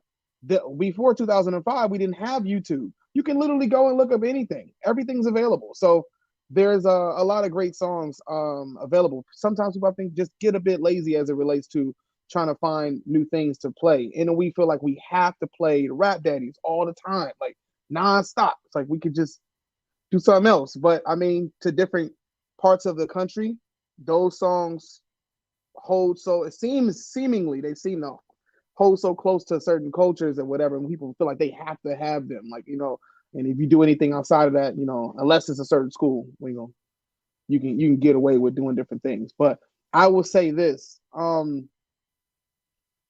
me read this last part of the question. I mean, has it affected? Definitely has it affected. It's affected the what we used to call, like, what was the name of it? Jesus Christ. Non-returnables. We used to have songs that I felt like there was like farther back in the day. I know when I marched in Norfolk, we had stuff that was non-returnables. Like we played Red and Yellow. It was nothing you can play back to that. There's nothing you can play back to that. So like it was you know what I mean? Like even when we play Behold, there's really nothing you can play back to that.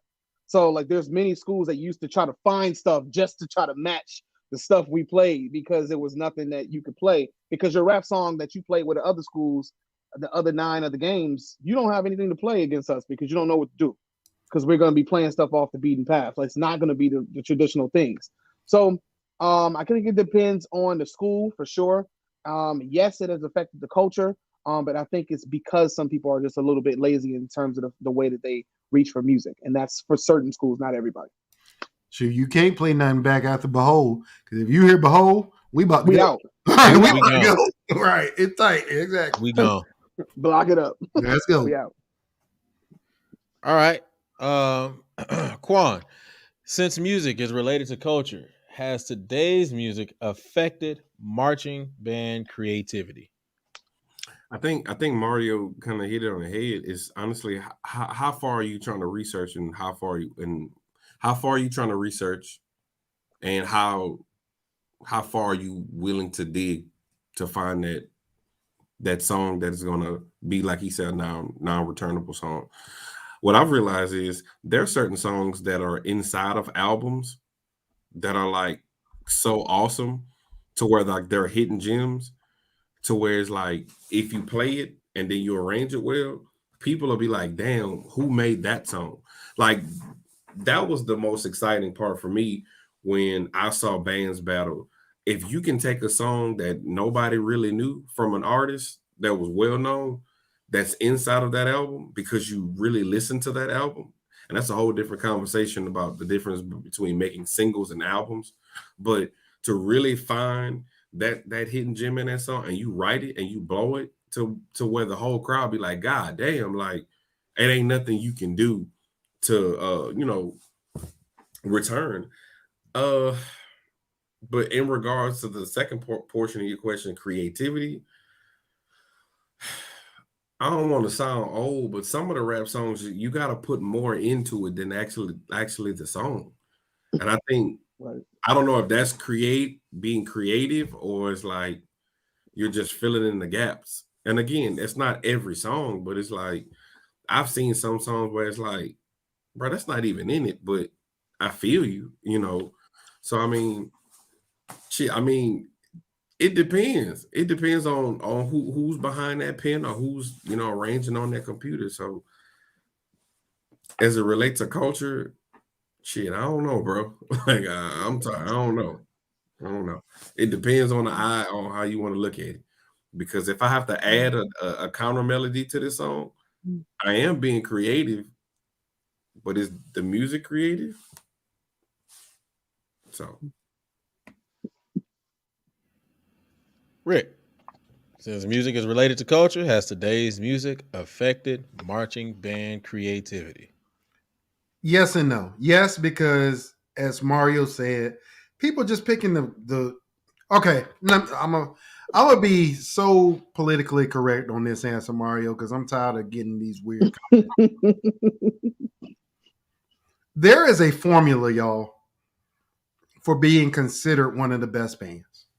And I'm going to tell the secret. One of the parts of the formulas is you have to have a large book.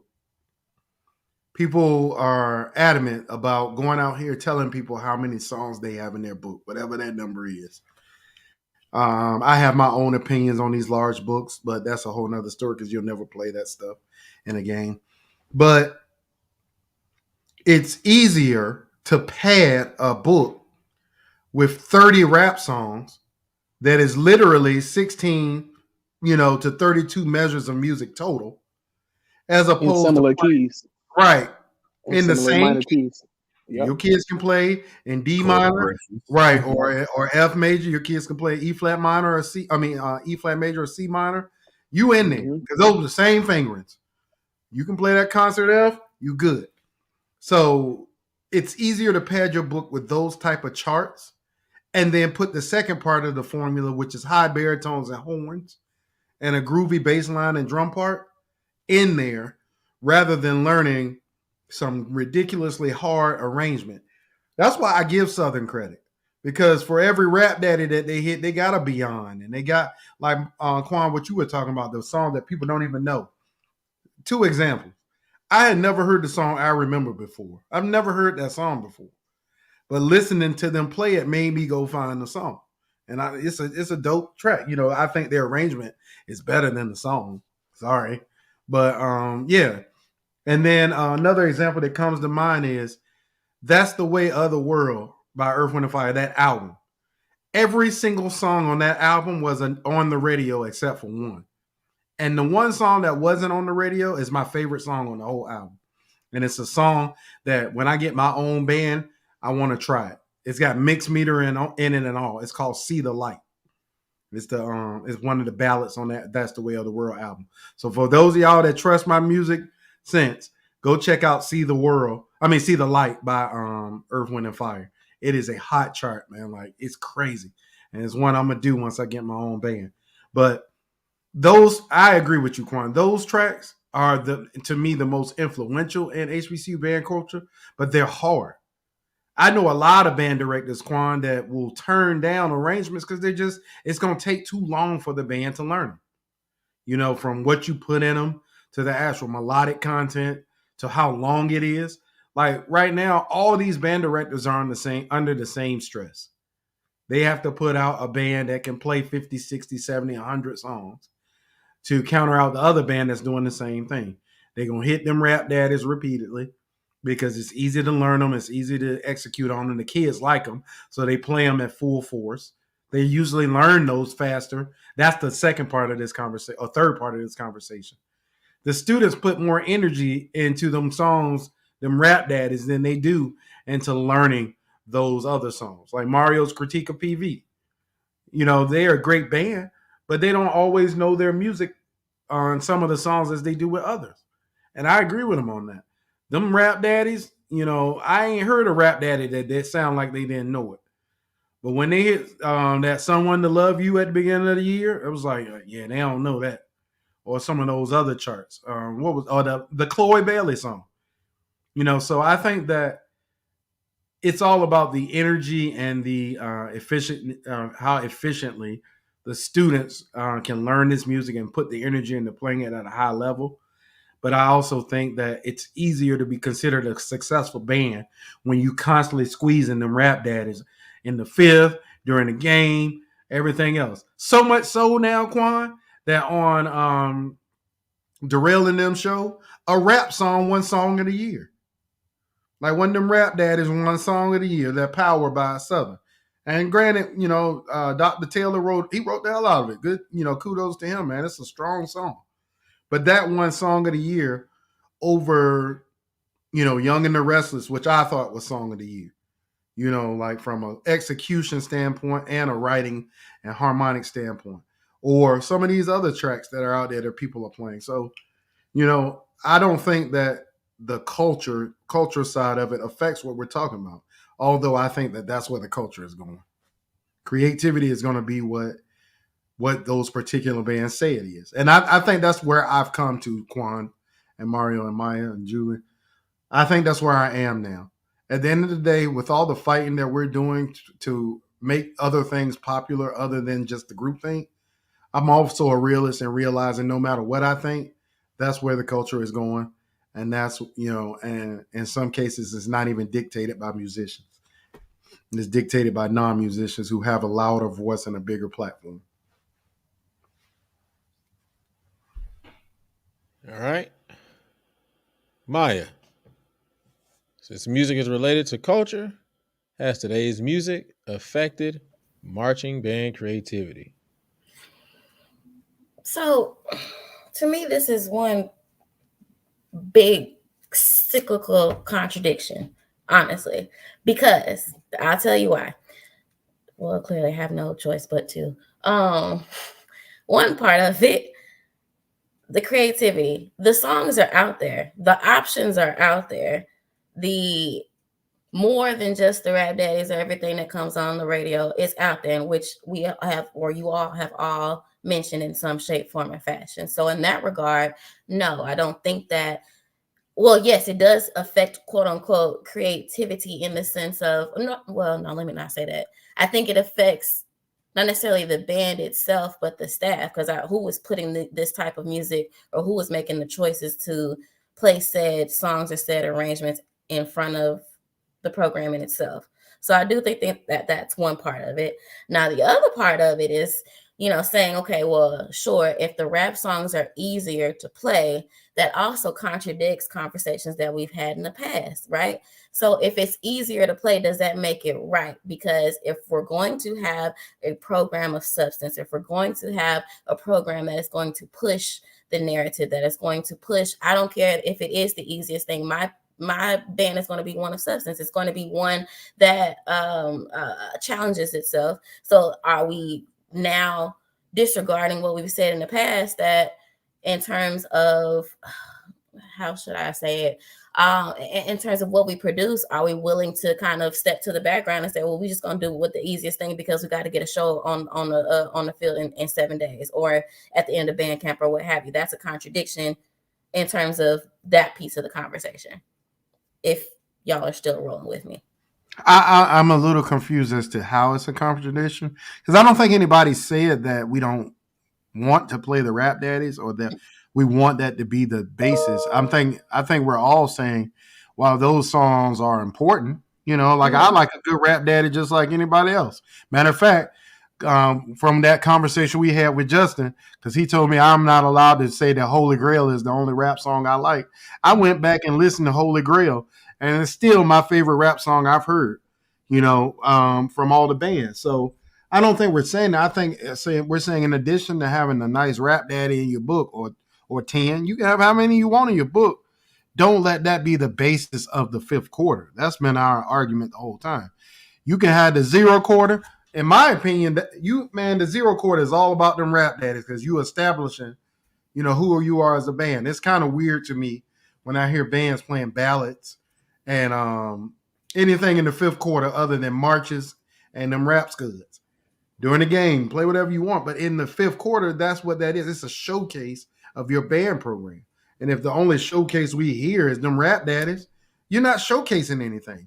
I mean, people ain't gonna like our comments, but it's true. Rap Daddies are easier to play and learn than any of them other songs. Like, you put Beyond, the Southern Beyond, against some of them Rap Daddies, it's not even close as far as the difficulty level. So yeah, exactly. So I think that we're kind of now saying the same thing, because so if we're talking about the creativity, right? So like when PV plays Cell or Genesis. Now, I have not looked at the sheet music, so I cannot be the first to say like whether these are more challenging or complicated pieces versus not. I would assume it's yes. I could be wrong.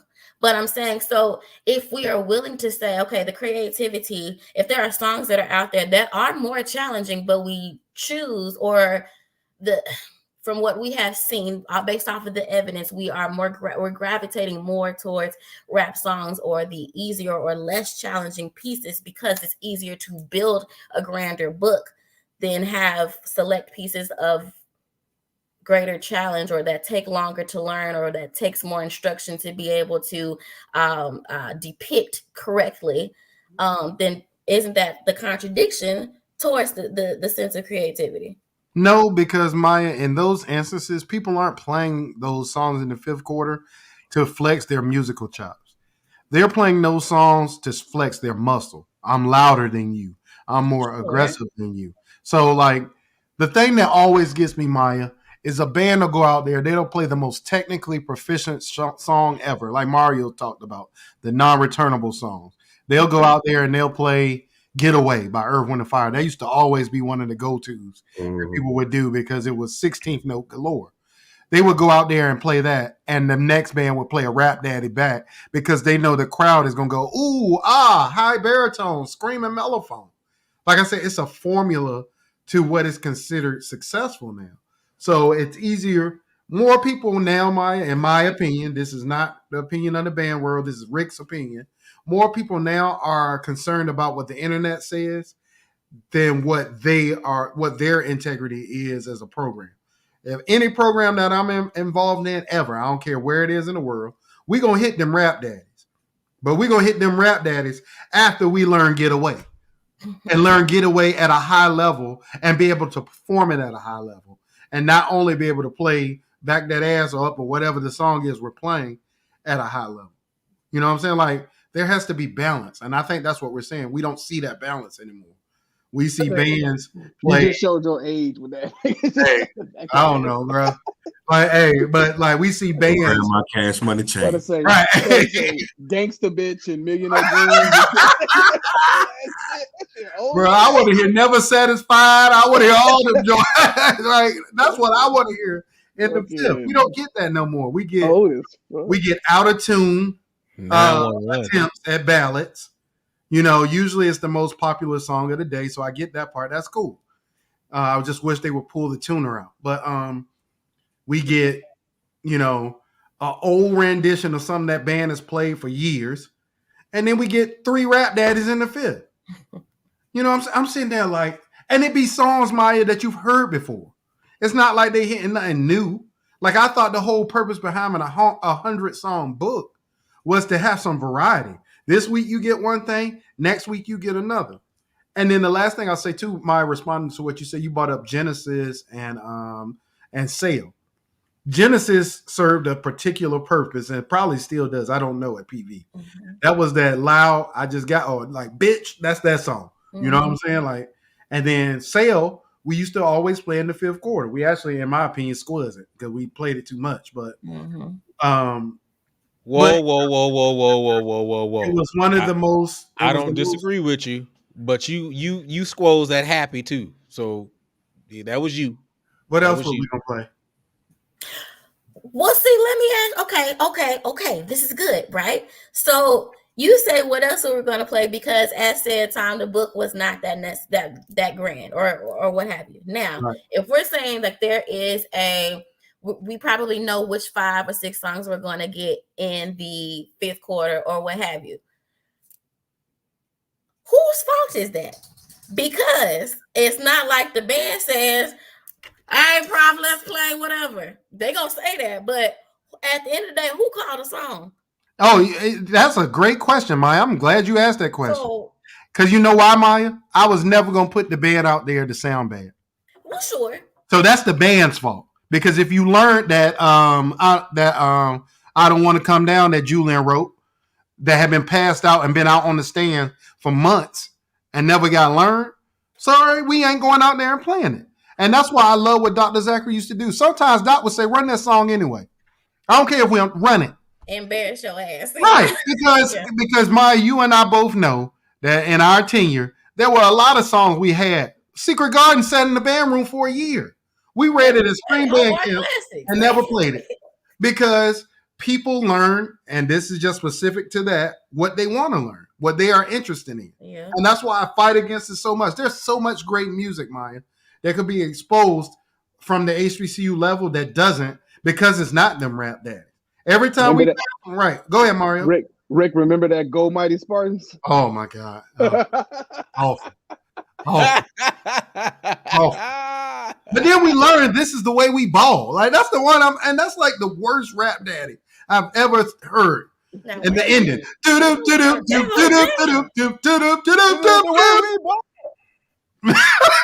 It's a happy ass. Hey, I'm gonna say this before I get out because this weather getting bad down here. I'm gonna say this. So the question is, as a director, what are you willing to sacrifice? Are you willing to have a quality book or a quantity book? That's really what it boils down. Yeah. That's the whole point. Well, I can tell you from me personally, Quan, when I get my HBCU band, we're going to have a 50-song book. 50. What? And them 50 songs are going to be sharp.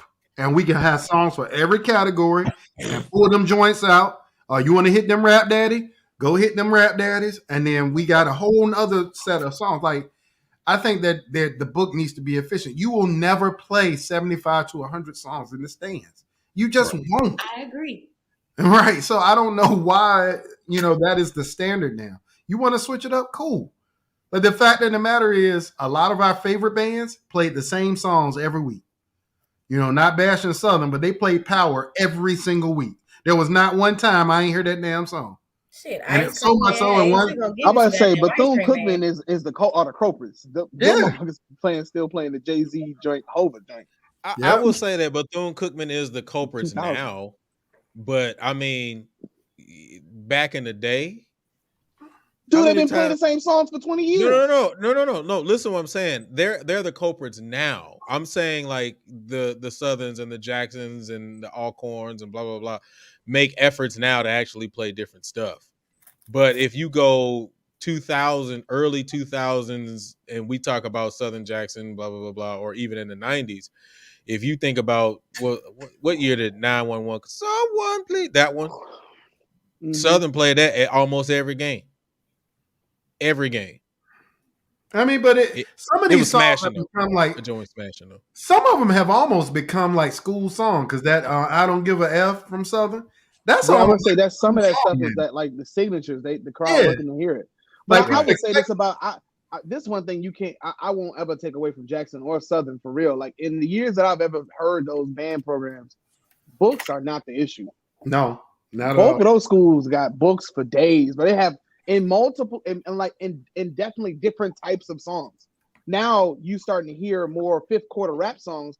So from my experience, and I'm not a Southern aficionado, but a lot of times I used to hear Southern. They were playing different things in the fifth. I didn't always hear rap songs. I mean, fell fourth, second half when you was really getting into it. Like I think when the SWAC, I think some of that happens because of SWAC rules too, not being able to play during the game, and that changed the way certain songs were, the time to be able to play them and stuff. So I think that definitely had something to do with people playing more of these rap songs in the fifth and the SWAC because they didn't play them during the game. So they're gonna get them out. They really want to get them out. And then I think the other part of it is what Mario was saying. Maya said it at the beginning. It's all about what the people choose to play. Because a lot of people might not know who Lucky Day even is. So I can't expect somebody to play Lucky Day if they don't even know who he is.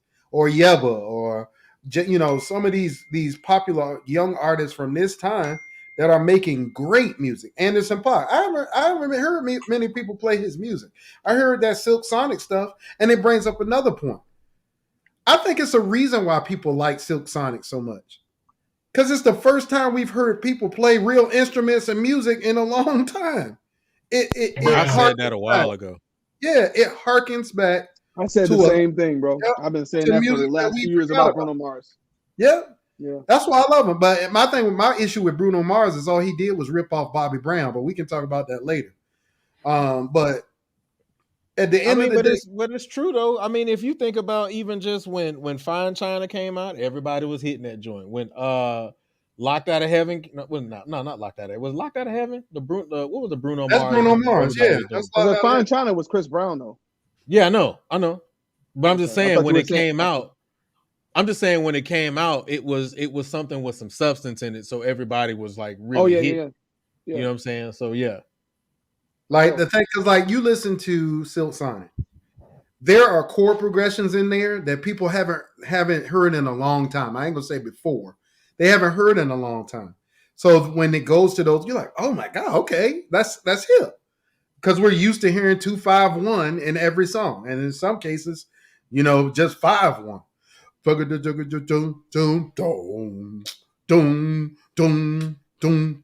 Like we're used to that sound. So I think that there's plenty, y'all, of great music out there from great artists that is just not being explored. And that's one thing I'll say about Brian Simmons at Texas Southern. He's playing that stuff. I heard Texas Southern play some Lucky Day. I heard Southern play some Lucky Day, and that was when he was there.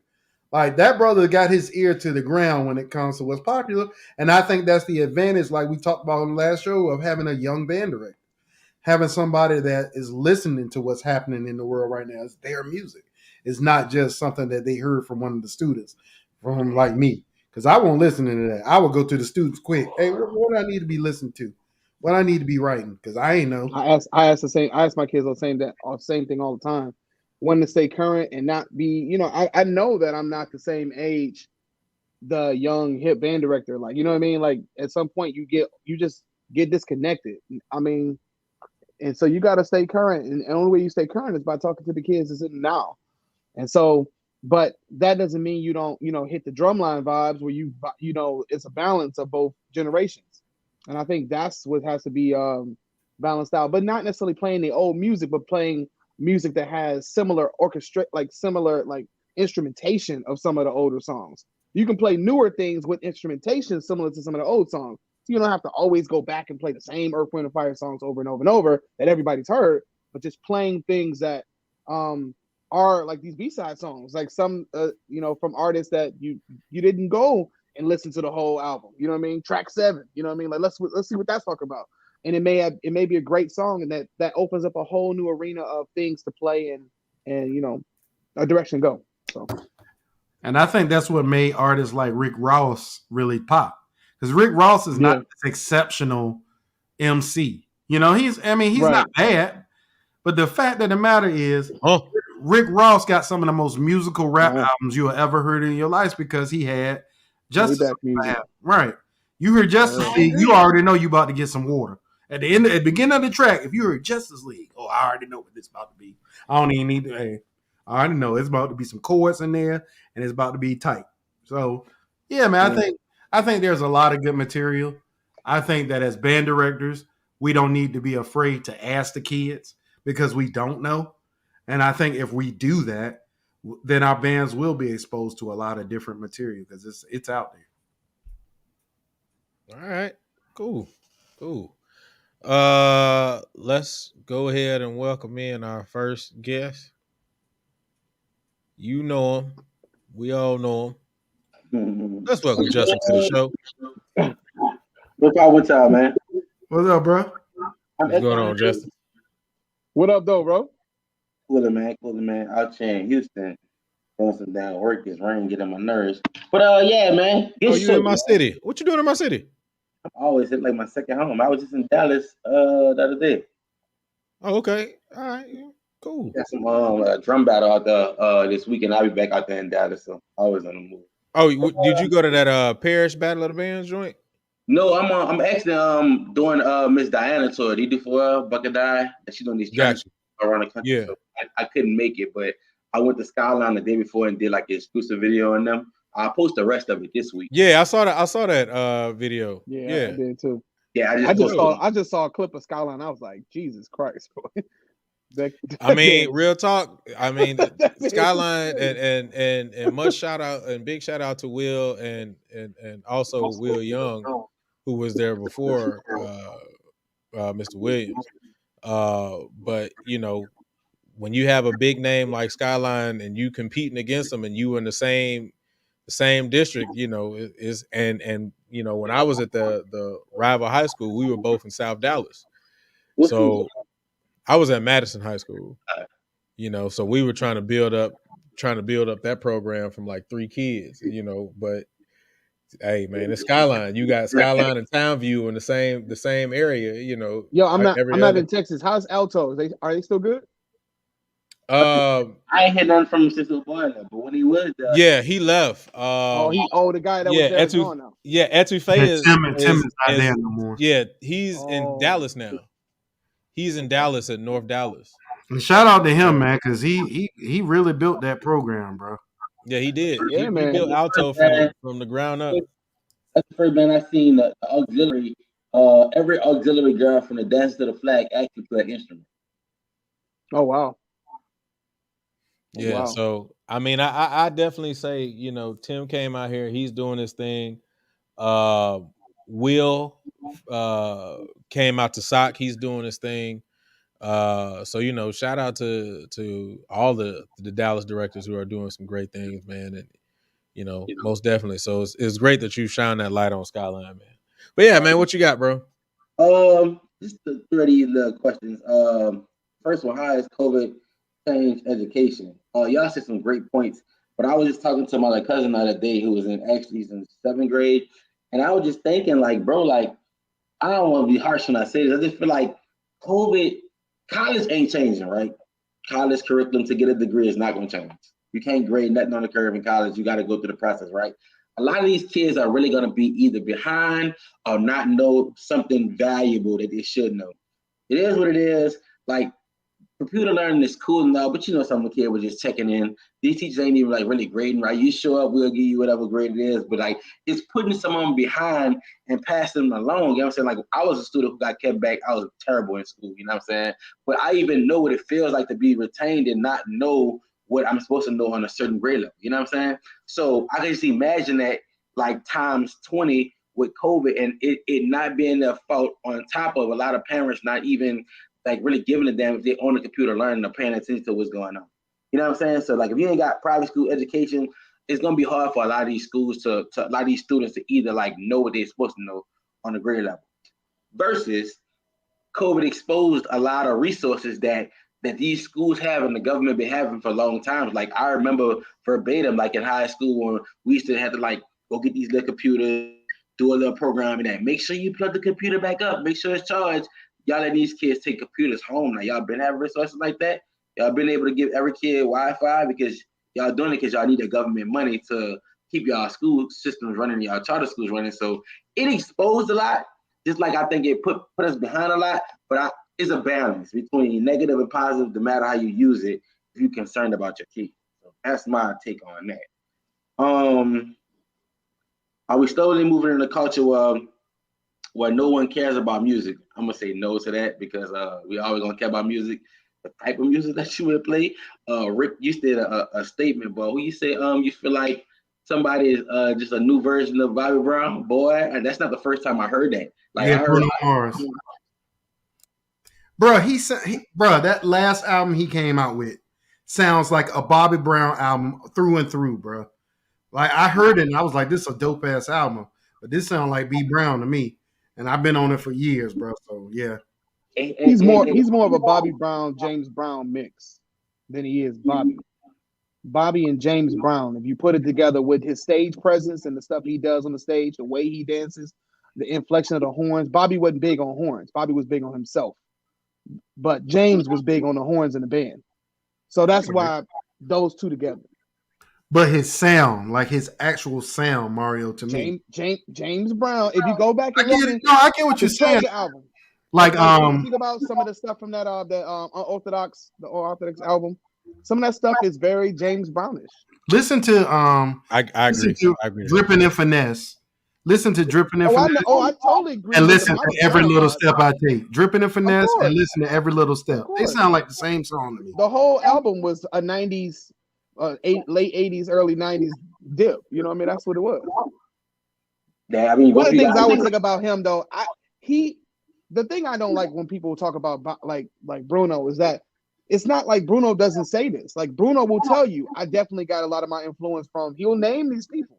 The same people we talk about, he will say it. People make it seem like he out here trying to steal the culture, act like he created it. He will say, yeah, I like definitely tried to, emulate my sound and style from these people. Like he admits it all the time.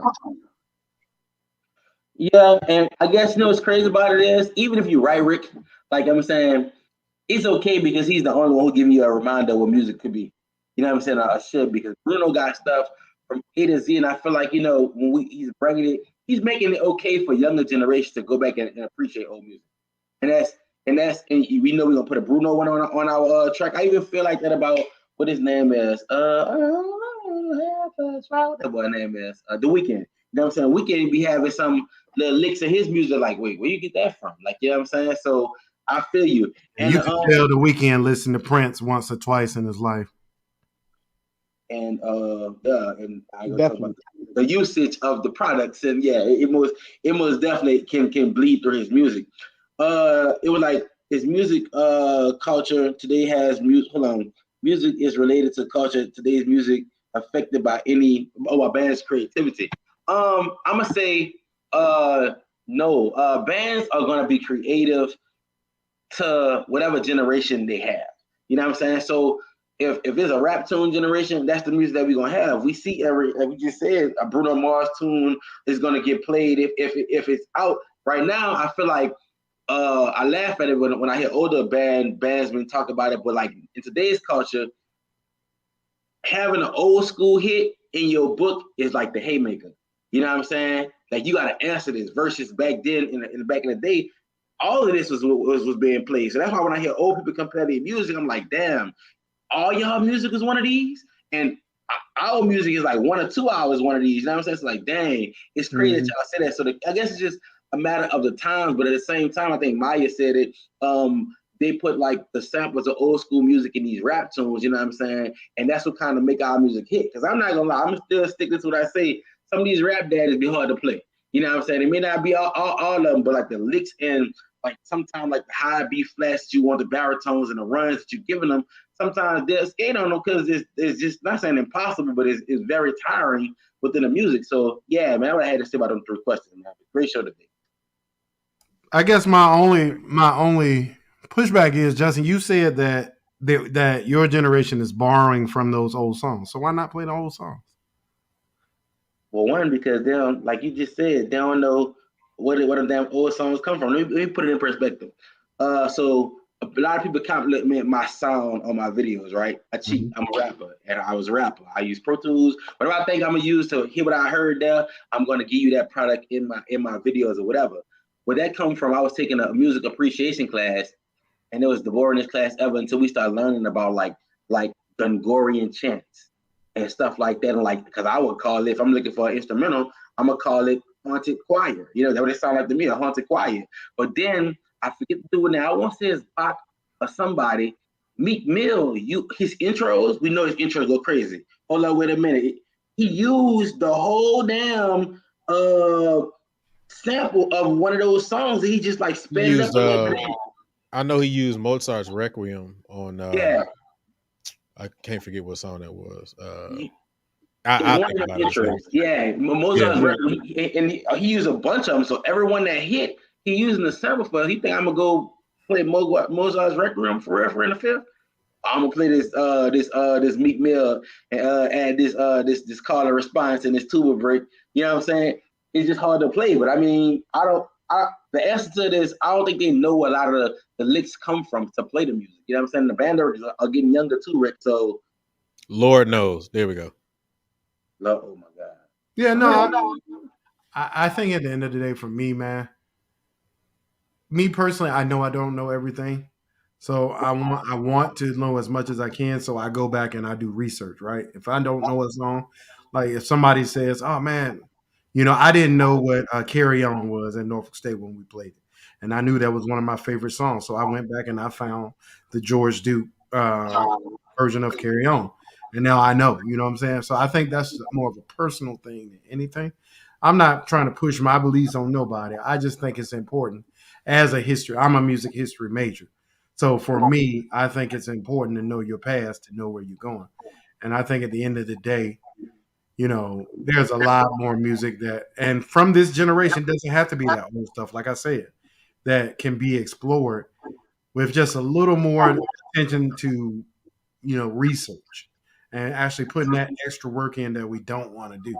You know, as band directors, we don't want to sit down in no computer and spend hours just listening to music, but we do it because we know that's what's going to give us that advantage against everybody else. So I'm not against that type of work, bro, to be honest with you. And I'm not against bands that don't want to do that work either. You know, they don't want to do it, cool, especially if they're a successful band. But the best bands, like we talk about Southern, we talk about Jackson, Norfolk State, and some of these other programs, Tennessee State, they all will hit you with them rap daddies, but then they're going to turn around and give you a little spice of something else. And I think that's a flavor that we can all borrow from. So I hope to hear more real music. Let me take that back. I hope to hear more full length pieces in the fifth quarter rather than just hitting them rap daddies all the time. I think it's just this. The issue is the sameness of the music. When you hear songs that are in similar keys, you hear songs that have similar melodic phrases, and when a lot of people are rapping similar, that the rhythms of the song sound similar. So you'll feel like you heard something before. What I think what it's coming down to is not necessarily doing old songs, but having songs that have melodies and counter melodies and moving bass lines, or people actually played the bass, or at least if they were playing synth bass, they were moving, and it wasn't like just 808s and just like boom, boom. And you got to do so much creating of on the chart where you don't even know the real chart anymore, because all of this, you got to make up mad stuff just to make the song sound like something. And it no longer sounds like the song because you did too much to the tune. But then when we have music that you could write where you were trying to fit everything in because it was so much to write. Earth, Wind, and Fire songs allowed you to do that. Like you could do that when you listen to an Earth, Wind, and Fire song. And Bruno Mars songs allow you to do that, where there's parts, there's melodies, counter melodies, bass lines, moving things, colors, textures. That's what you wanted. That's what gets people excited. That's why when you hear it, you're like, oh, that shit was dope. Why does that sound different? Because we're getting excited about the song, not about the volume. But what about Mario and Justin? Please respond to this. A part of it too, y'all. I mean, I just want to be real here now. A part of it too is that us trained musicians are upset. Only in music, y'all, did you get to skip the training part and go straight to being a professional musician.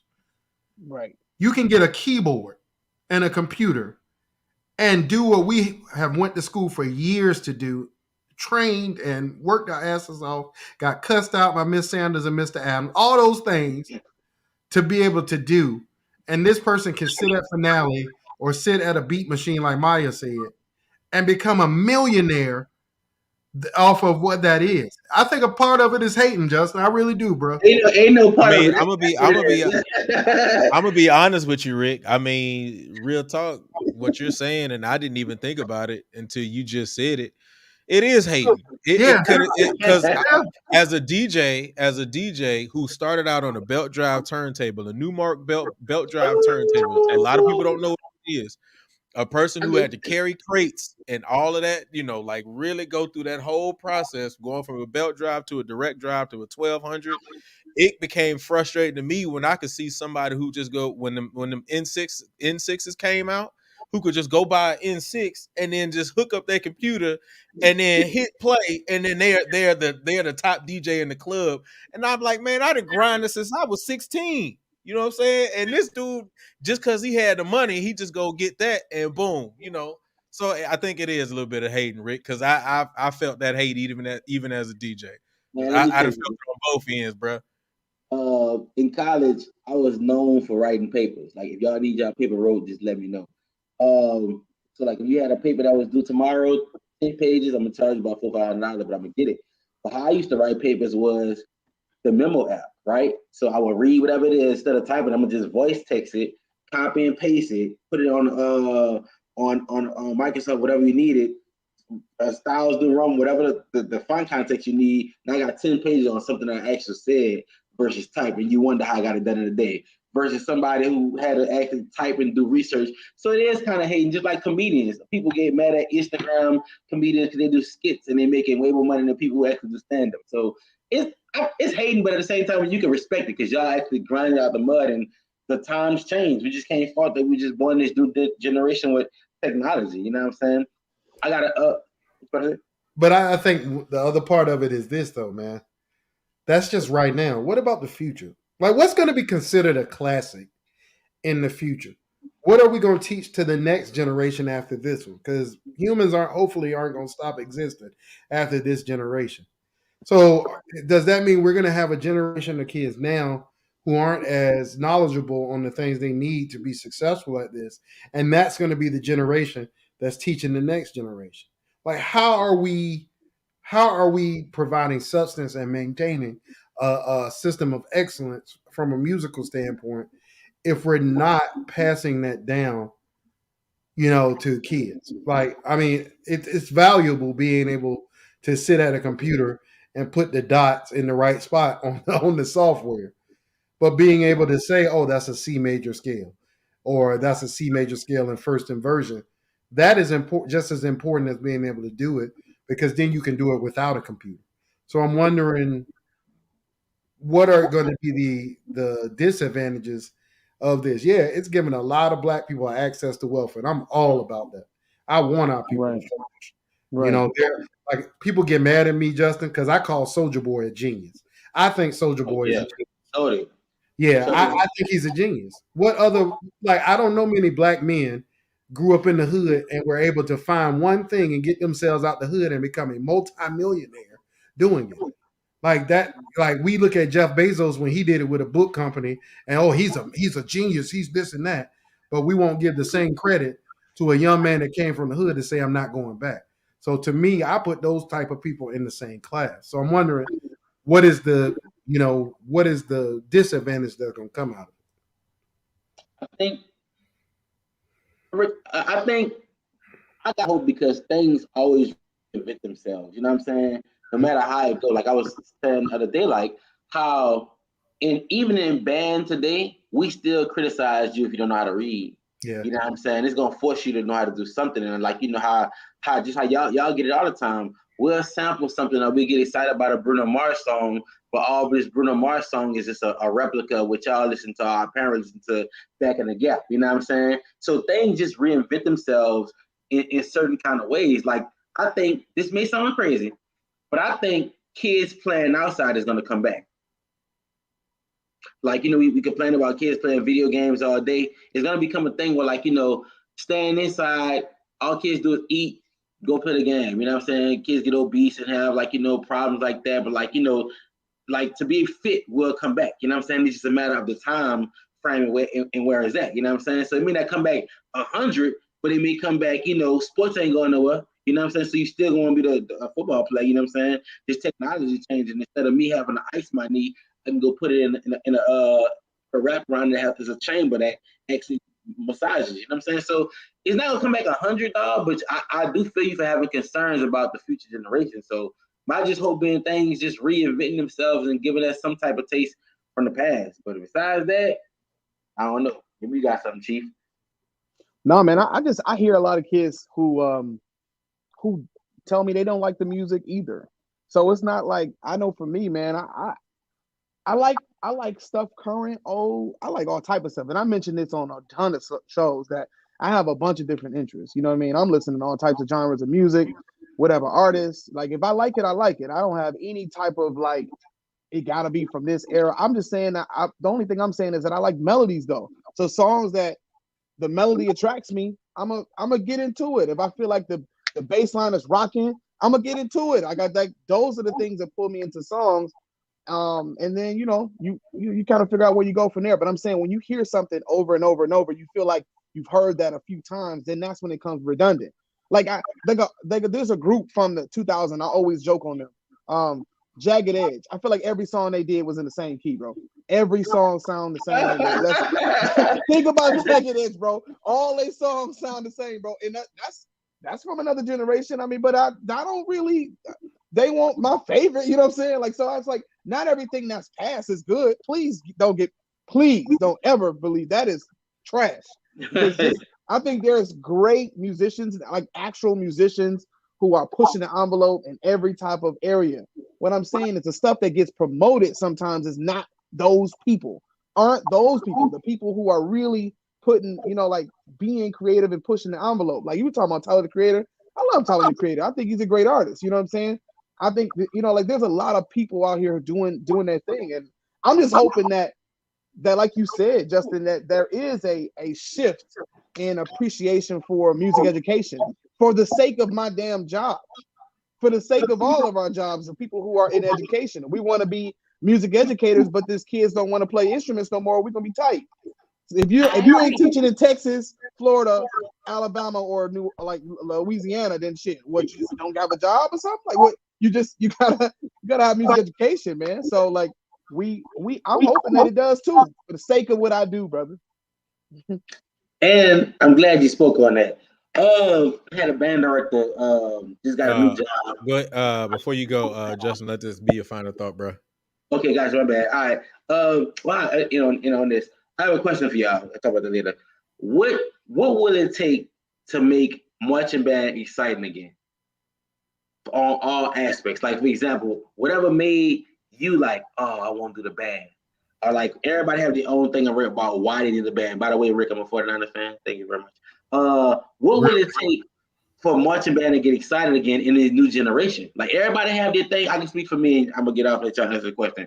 I like the big boom of bands. A big band coming down the street and a sound that just get everybody like, I want to do that. I don't know how I'm gonna do it, but I just want to be a part of that somewhere. Like the big boom sound is just when it at the peak of music, when it has it open, the volume and like the beautifulness of a song, like a peak of it, or either like a woo. like a tuba just cutting a song and making it go crazy. So what would it take to make marching band or what we do exciting for the masses, I guess? So I'm going. I think marching band has always been exciting for the masses. I think the movie Drumline helped even more to make marching band exciting. I'll say movies and TV shows. So I think seeing it more in popular culture is one. For band members, for kids, the ones that we are trying to attract, I don't think there's anything that will make it more exciting again to the level that it was in the 70s, 80s, and 90s. You know what I'm saying? Early 2000s. I think those days are gone because I don't think this generation of kid has the patience to spend years developing an embouchure. I just don't think they do. I think some do. You know, I think there'll always be some aspect of music in schools. It's just going to be small. It's easier to sit down at a computer and get good at coding. It just is. It takes years to develop an embouchure and be able to sound great on your instrument and do what Southern University and all these other schools are doing. That takes years of development. So from a standpoint of our audience, the people we choose to entertain, what we do will always have a for the people that we're trying to attract to do what we want to. It's never going to have that popularity ever again, bro. It's just not. I think. Go ahead, Rick. Go ahead, Rick. I was just going to say, so much so, why doesn't a band like Mint Condition exist anymore? You know, Mint Condition, we all know who Mint Condition was. They were legit. But those type of bands don't exist anymore because music companies aren't financing that type of operation anymore. You're talking about playing multiple people. You're talking about transporting all that equipment and all that stuff, man. It's a big operation. I think it's more cost effective not to have horns and bands anymore. Like there's a lot that goes into that. So for me, I don't know if we will enjoy that same success and notoriety from members that we did in the past. I think in order for that to get like that, you need the popular culture thing. I think is important to have more bands seen on the spread what we do and have somebody that's an important figure in pop culture push the message of music education or like playing in bands and stuff like that, because there's kids like I don't know the number of kids who join band because of Drumline is significant, bro. So you can't I would never take away the fact that if you had something that really met people where they were now, that was a dope ass movie concept or like these TV shows that I think PV's coming out with a show, like having this stuff to be more part of normal culture. I think the kids will get into it. I don't think at all that they don't have patience. Kids play video games. They have a ton of patience. Because I can tell you right now, I don't know how to play Fortnite. That shit is confusing. And my son got patience for the thing that they want to be engaged. That's exactly. So but it's the difference between patience and difficulty, right? Like patience, like learning to play Fortnite, Mario. If you actually had the time to sit down and learn how to play Fortnite, you can learn it. It's not that it's difficult. You just don't have the time to be able to do that. But I'm saying to be a gamer in general, though. Right. I mean, but that's not, even if it's not that, what I'm saying, if you're a video gamer, you will always find it's always going to be a new challenge because there's games constantly coming out. So if there's always something new to learn and build on the game. So because of that situation, to me, I akin that to the same discipline that it takes to be able to focus on something every day for an hour. Can you give it 30 minutes a day, 45 minutes a day, and just sit with this instrument and actually give it some time? That alone will change the whole face of band culture around America if kids gave it actually 45 minutes a day. I mean, but most kids don't get this instrument twice a week or once a week, man. These kids ain't practicing. I mean, and that's the thing, right? Like that's the reason why I think it's a little different because, I mean, let's face it. When you first start learning how to play a musical instrument, a brass instrument, it hurts. It's discouraging too. Yeah, it physically hurts on the chops to do that every day for a month. And once you get past the pain, then you can actually get better. But it physically hurts. Me sitting on my couch with some chips and a drink and Fortnite doesn't hurt. You know what I'm saying? I remember those nights, right? Where I had like bloody lips, and my mom made me stop practicing because but we got kids who still play football, bro. True. But here's the thing with even what you're saying about playing the instrument versus Fortnite versus playing football. Yeah, football hurts. You know, playing the instrument hurts, but the difference between football and Fortnite is there's little success that you can get. You know, even if on Fortnite I just move my man up, I did something that I can be proud of. You know what I'm saying? Versus I'm trying to play this G and I'm still hitting this C, daddy, and my Amish ain't making it, and I'm still struggling, and it hurts. No, but You know what I'll I'm tell you saying? I this, think man. small victories with those things have the bigger impact. But I will say this, bro. If you're a band director and your kids can play 5 notes and you haven't created some fun for them, you a shitty ass director. 5 notes, I they agree. play some songs. I agree. Hold up, wait. I agree. There we go. I agree. 5 notes, they can play a song. Man, let me find out I'm starting to rub off. Boy, I'm so excited. I'm so excited. I agree, Maya. These been already in my spirit. You know this nigga in my spirit for a long time, bro. Right. Boo boo. All right, Justin, man, I appreciate you, bro. All right, we bro. always appreciate man. you. Appreciate your support, bro. All right. 5 notes, bro. Dang. Quan came out. Quan had to dip, but we gonna welcome another 06 into the room. What's going on, Chuck? Hey, what's up, guys? What's going on? What up with you, Frat? Hey, Rick, stop shaking your head, bro. Nah, it's all good. Hey, look, I just want to jump on the last thing you guys were talking about, just about, and I think it goes back to what we've mentioned before on the show, just about exposure. Like, you know, I had my first after school wind ensemble rehearsal yesterday, and then we did sectionals today. And, you know, I just left it wide open. Wasn't mandatory. Hey, come get this work. And we had almost a band room full, you know, of music that we just passed out yesterday. And they were just like digging in. And again, I only can speak from my experience.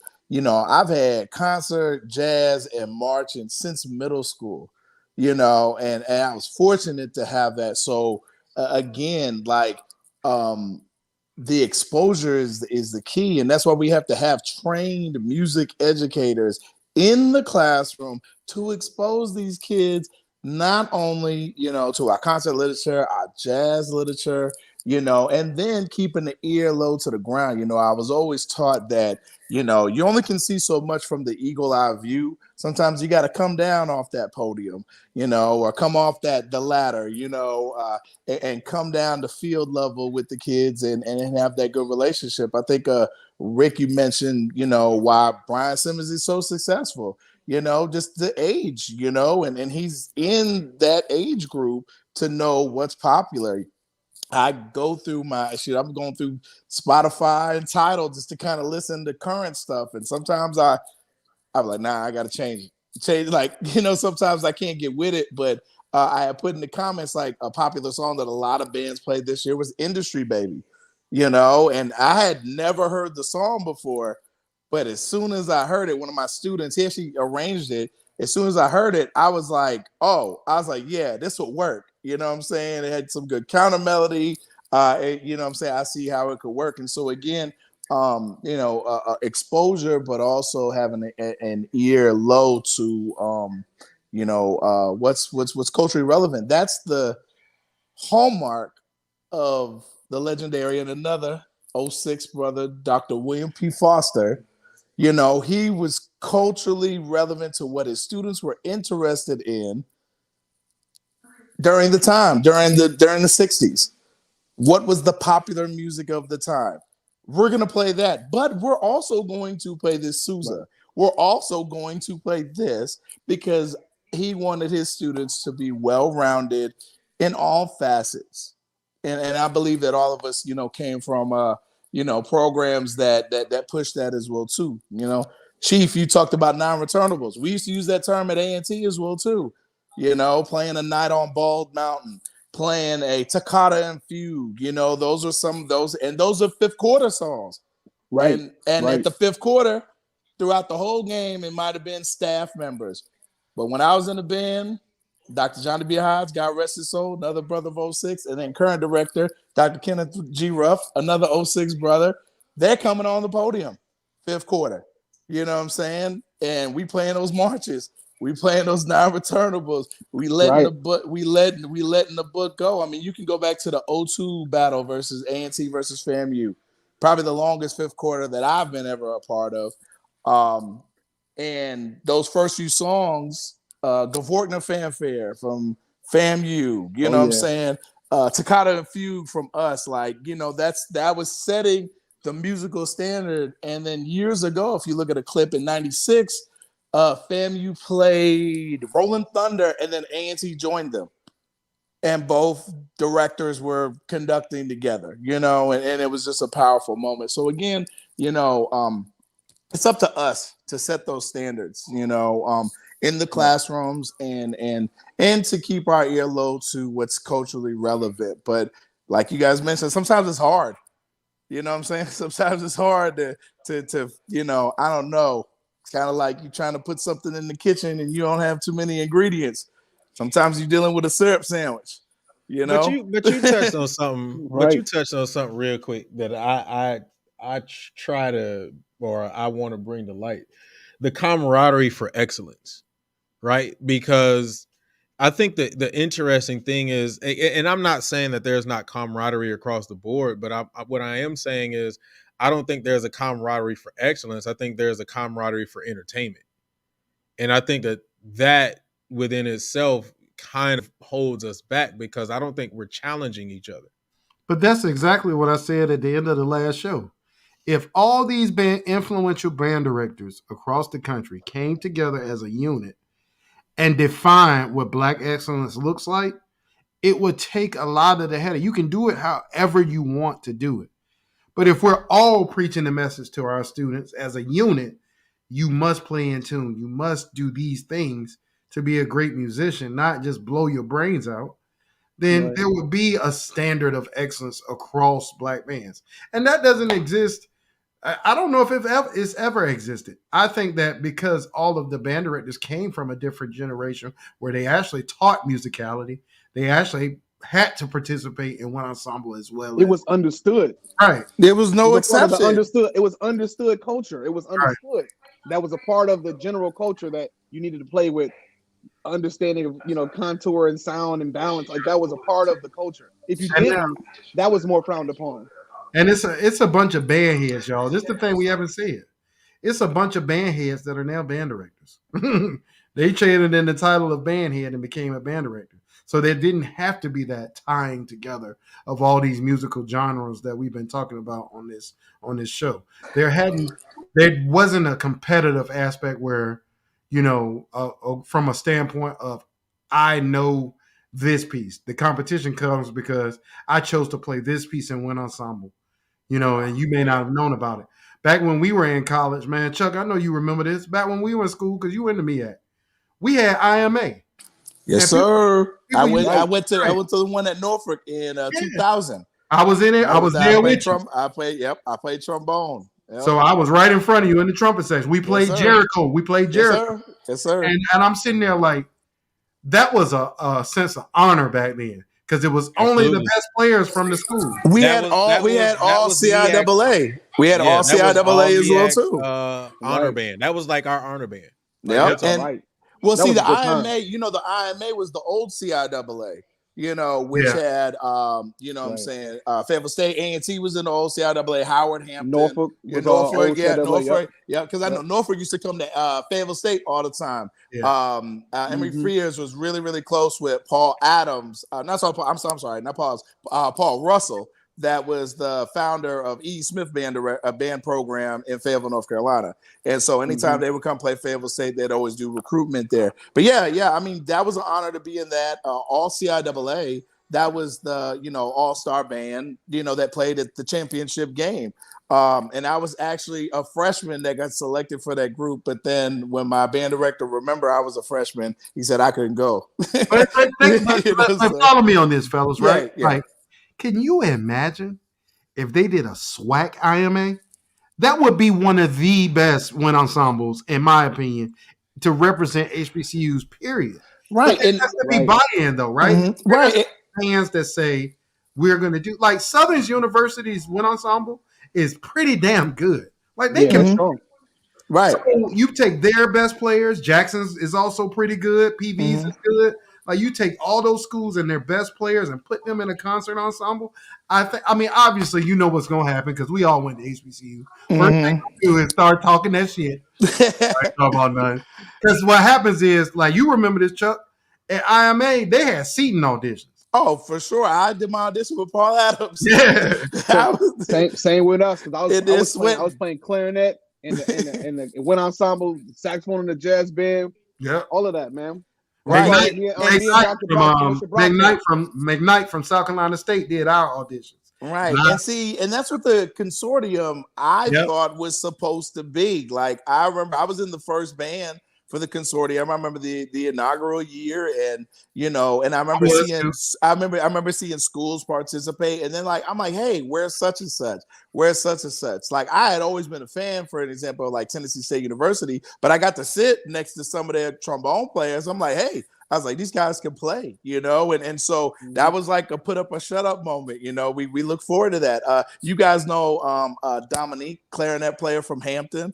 That's what I met her. She's she Cass Tech.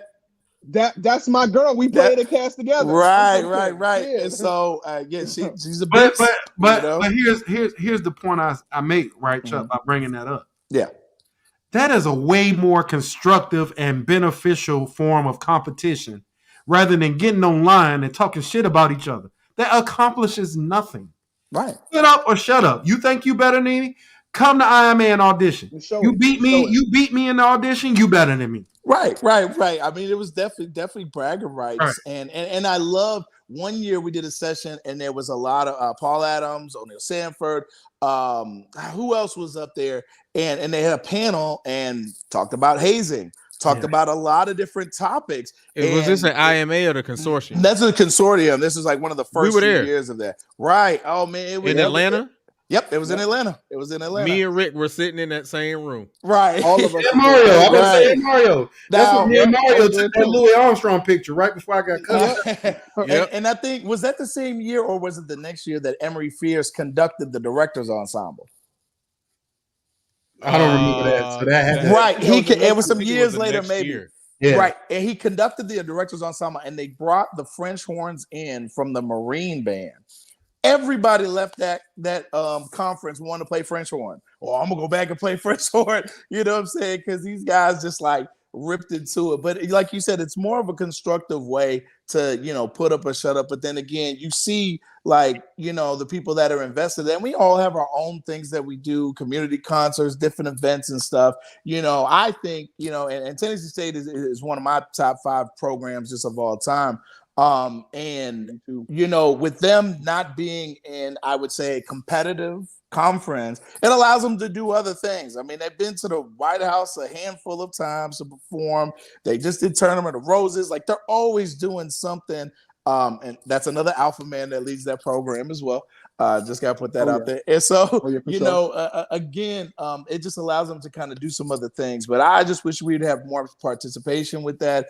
We did there was a conductors symposium a few years ago. I was a part of that, and that was really good. Brought some different band directors in and stuff. And so, again, it's about exposure, for our students and having highly trained and qualified, but also young individuals too. I think there is a place, we talked about that before, for student directors and staff and things like that. But there's a process. When we cheat the process, then there's things we don't know, and it ends up either biting us in the tail, or we end up kind of just being put in a box, put in a box all the time.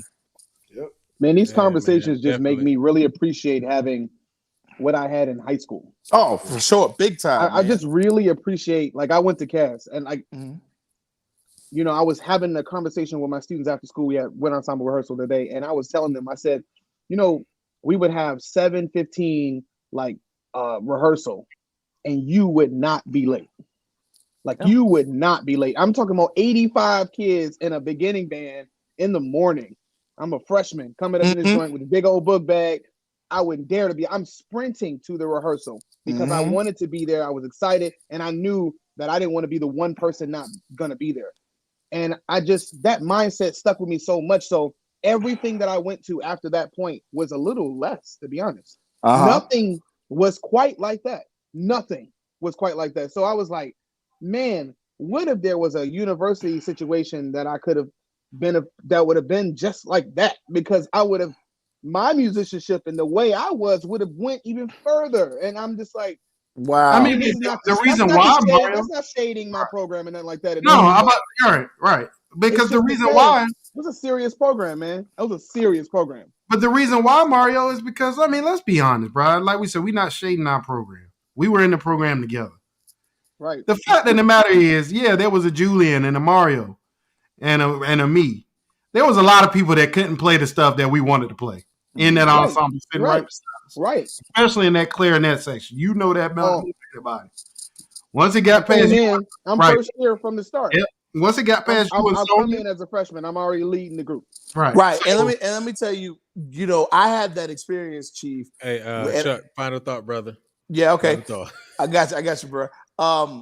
In my graduate program at Vandercook, and even with Cobb, I played with Dr. Watkins with the Cobb Wind Symphony. And I tell my kids all the time, it's so amazing. Like when I would show up to Vandercook 30 minutes before rehearsal, the bandroom's full.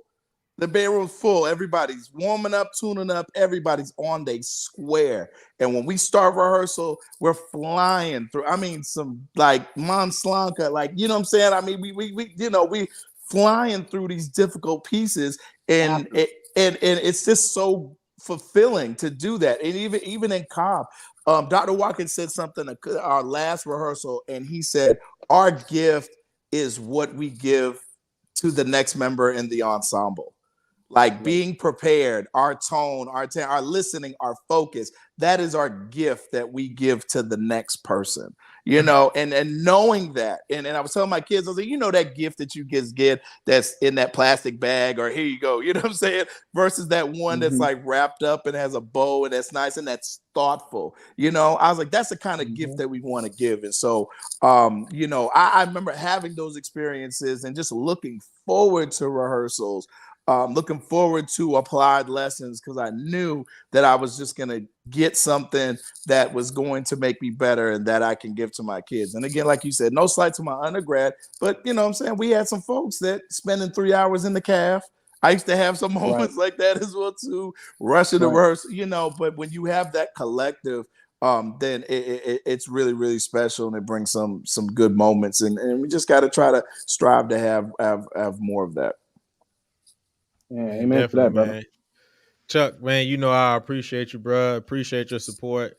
I know I'm probably gonna see you Monday. So let me tell you, I'll be trying not to bop it all the time, man. But y'all say some things that get me inspired, man. Especially let me tell you, man. I know y'all may have gone through the thoughts. I know I have as well too. Like, man, do I need to still continue?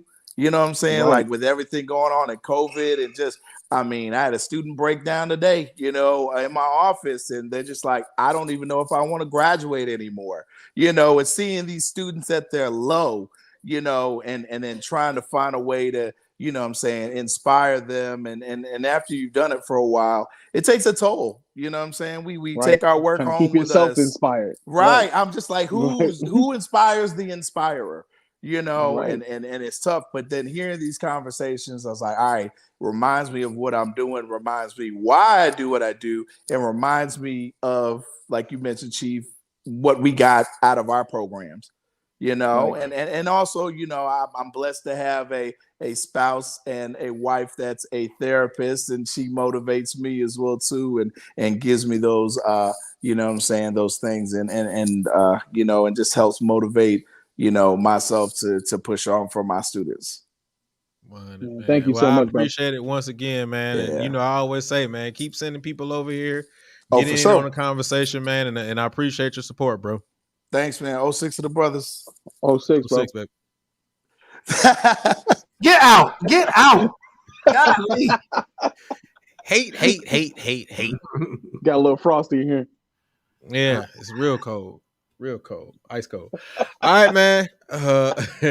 Man, the rest of the panel dipped out, man. I know Quan had to go, Maya had to go do her thing, man. So it's just left up to us three fellas. So let's go ahead and get ready to close out.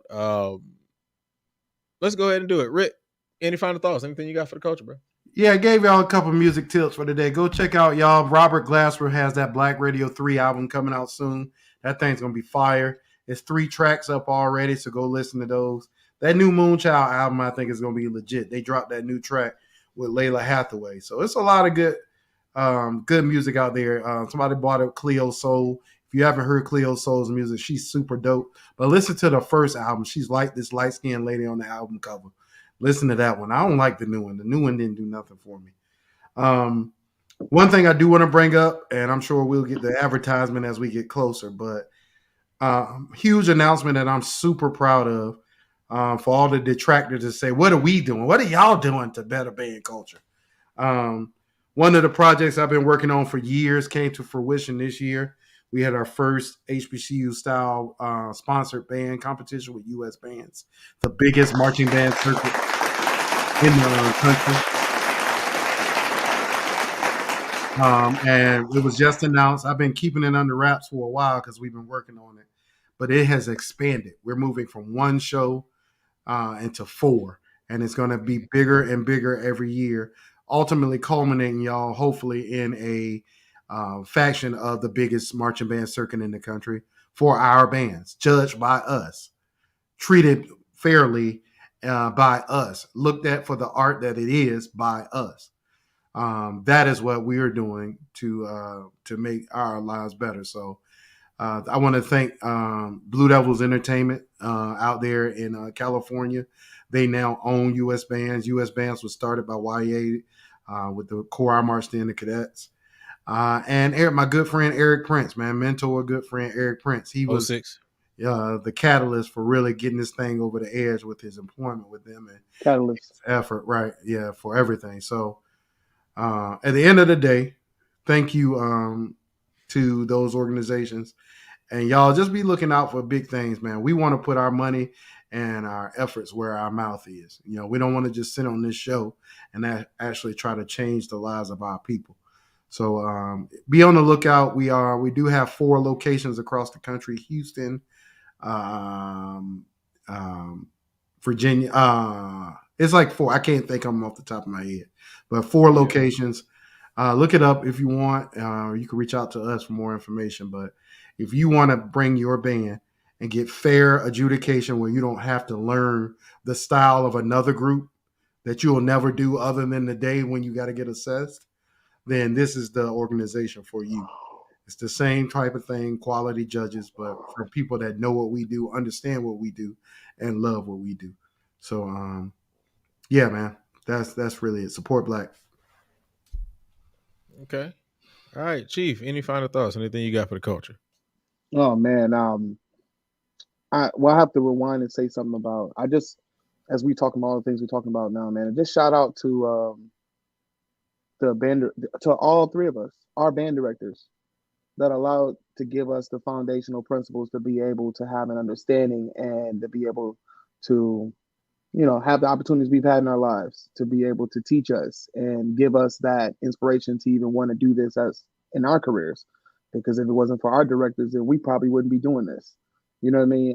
So shout out to the band directors that have paved the way, respecting the past and trying to innovate in the future.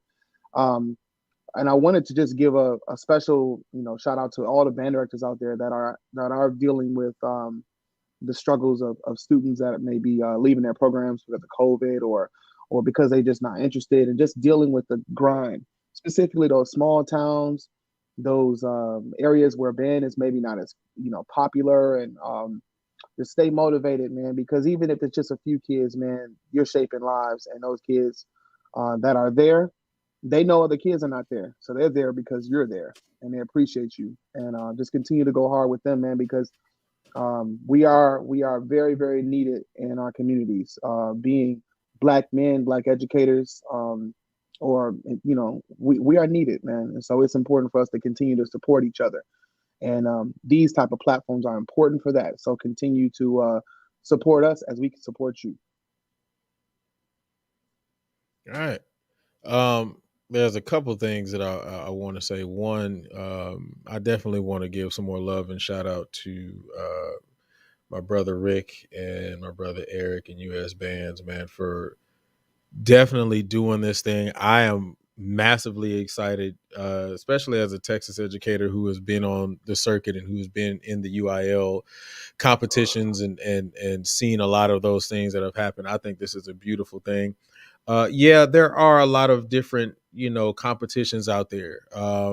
But this one is a major, major move in the marching arts. And we really, really need to continue to or stand behind it and support it, and enter your programs into the the um, the competition. It's necessary. It's necessary.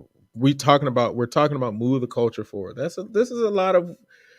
is the culmination of what we talk about, like 100%. So if you are really serious about moving the culture forward and also not being in that echo chamber, then let's do something that actually does that. Okay.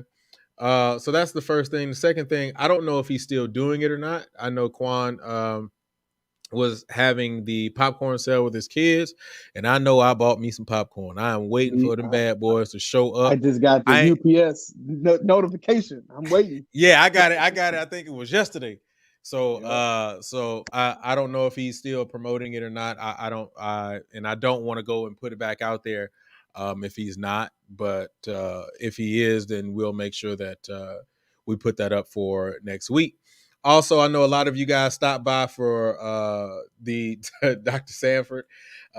He was unable to attend today, but he will be here on next week. So we look forward to that.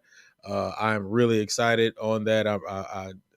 To get in this conversation, to have this conversation with our director is going to be very interesting to have and to see what he's going to say. So continue to stick with us next week. Once again, I called him. I called him. He was like, "Oh man, Rick, I gotta let you know, man. I got something going on with rules. I gotta run these errands. Yeah, unfortunately, I ain't gonna be on today, but make sure you get me on next week, man. Call me in advance. Call me in advance." Call me in advance. So there you go. I just got a message from Quan. They're done with the popcorn sale. But he did say that he did appreciate everybody who was watching and who supported his fundraiser. His numbers definitely went up after we announced it on here. So kudos to all of you guys who support and who just wanted some popcorn. So thanks to all of you guys for holding it down for our brother Quan. Other than that, I don't have anything else, man. You guys have been fantastic. This was a great show tonight. And I thank all of you guys for sticking with us for so long. This actually went a lot longer than what I expected it to go, but it's all good because we were having great conversations. So until then, man, I appreciate everybody. Oh, what? That's okay, man. Next week we're gonna have Doc on, so it's gonna be a lot. That terrible Doc voice. I agree. Right. I agree, Oh. Camille. Come on, Julian. Come on, like Julian. A leprechaun or something. Mario, you already know. Anyway, but yeah, man, I appreciate all of you guys for sticking with us, man. We will see you guys next week.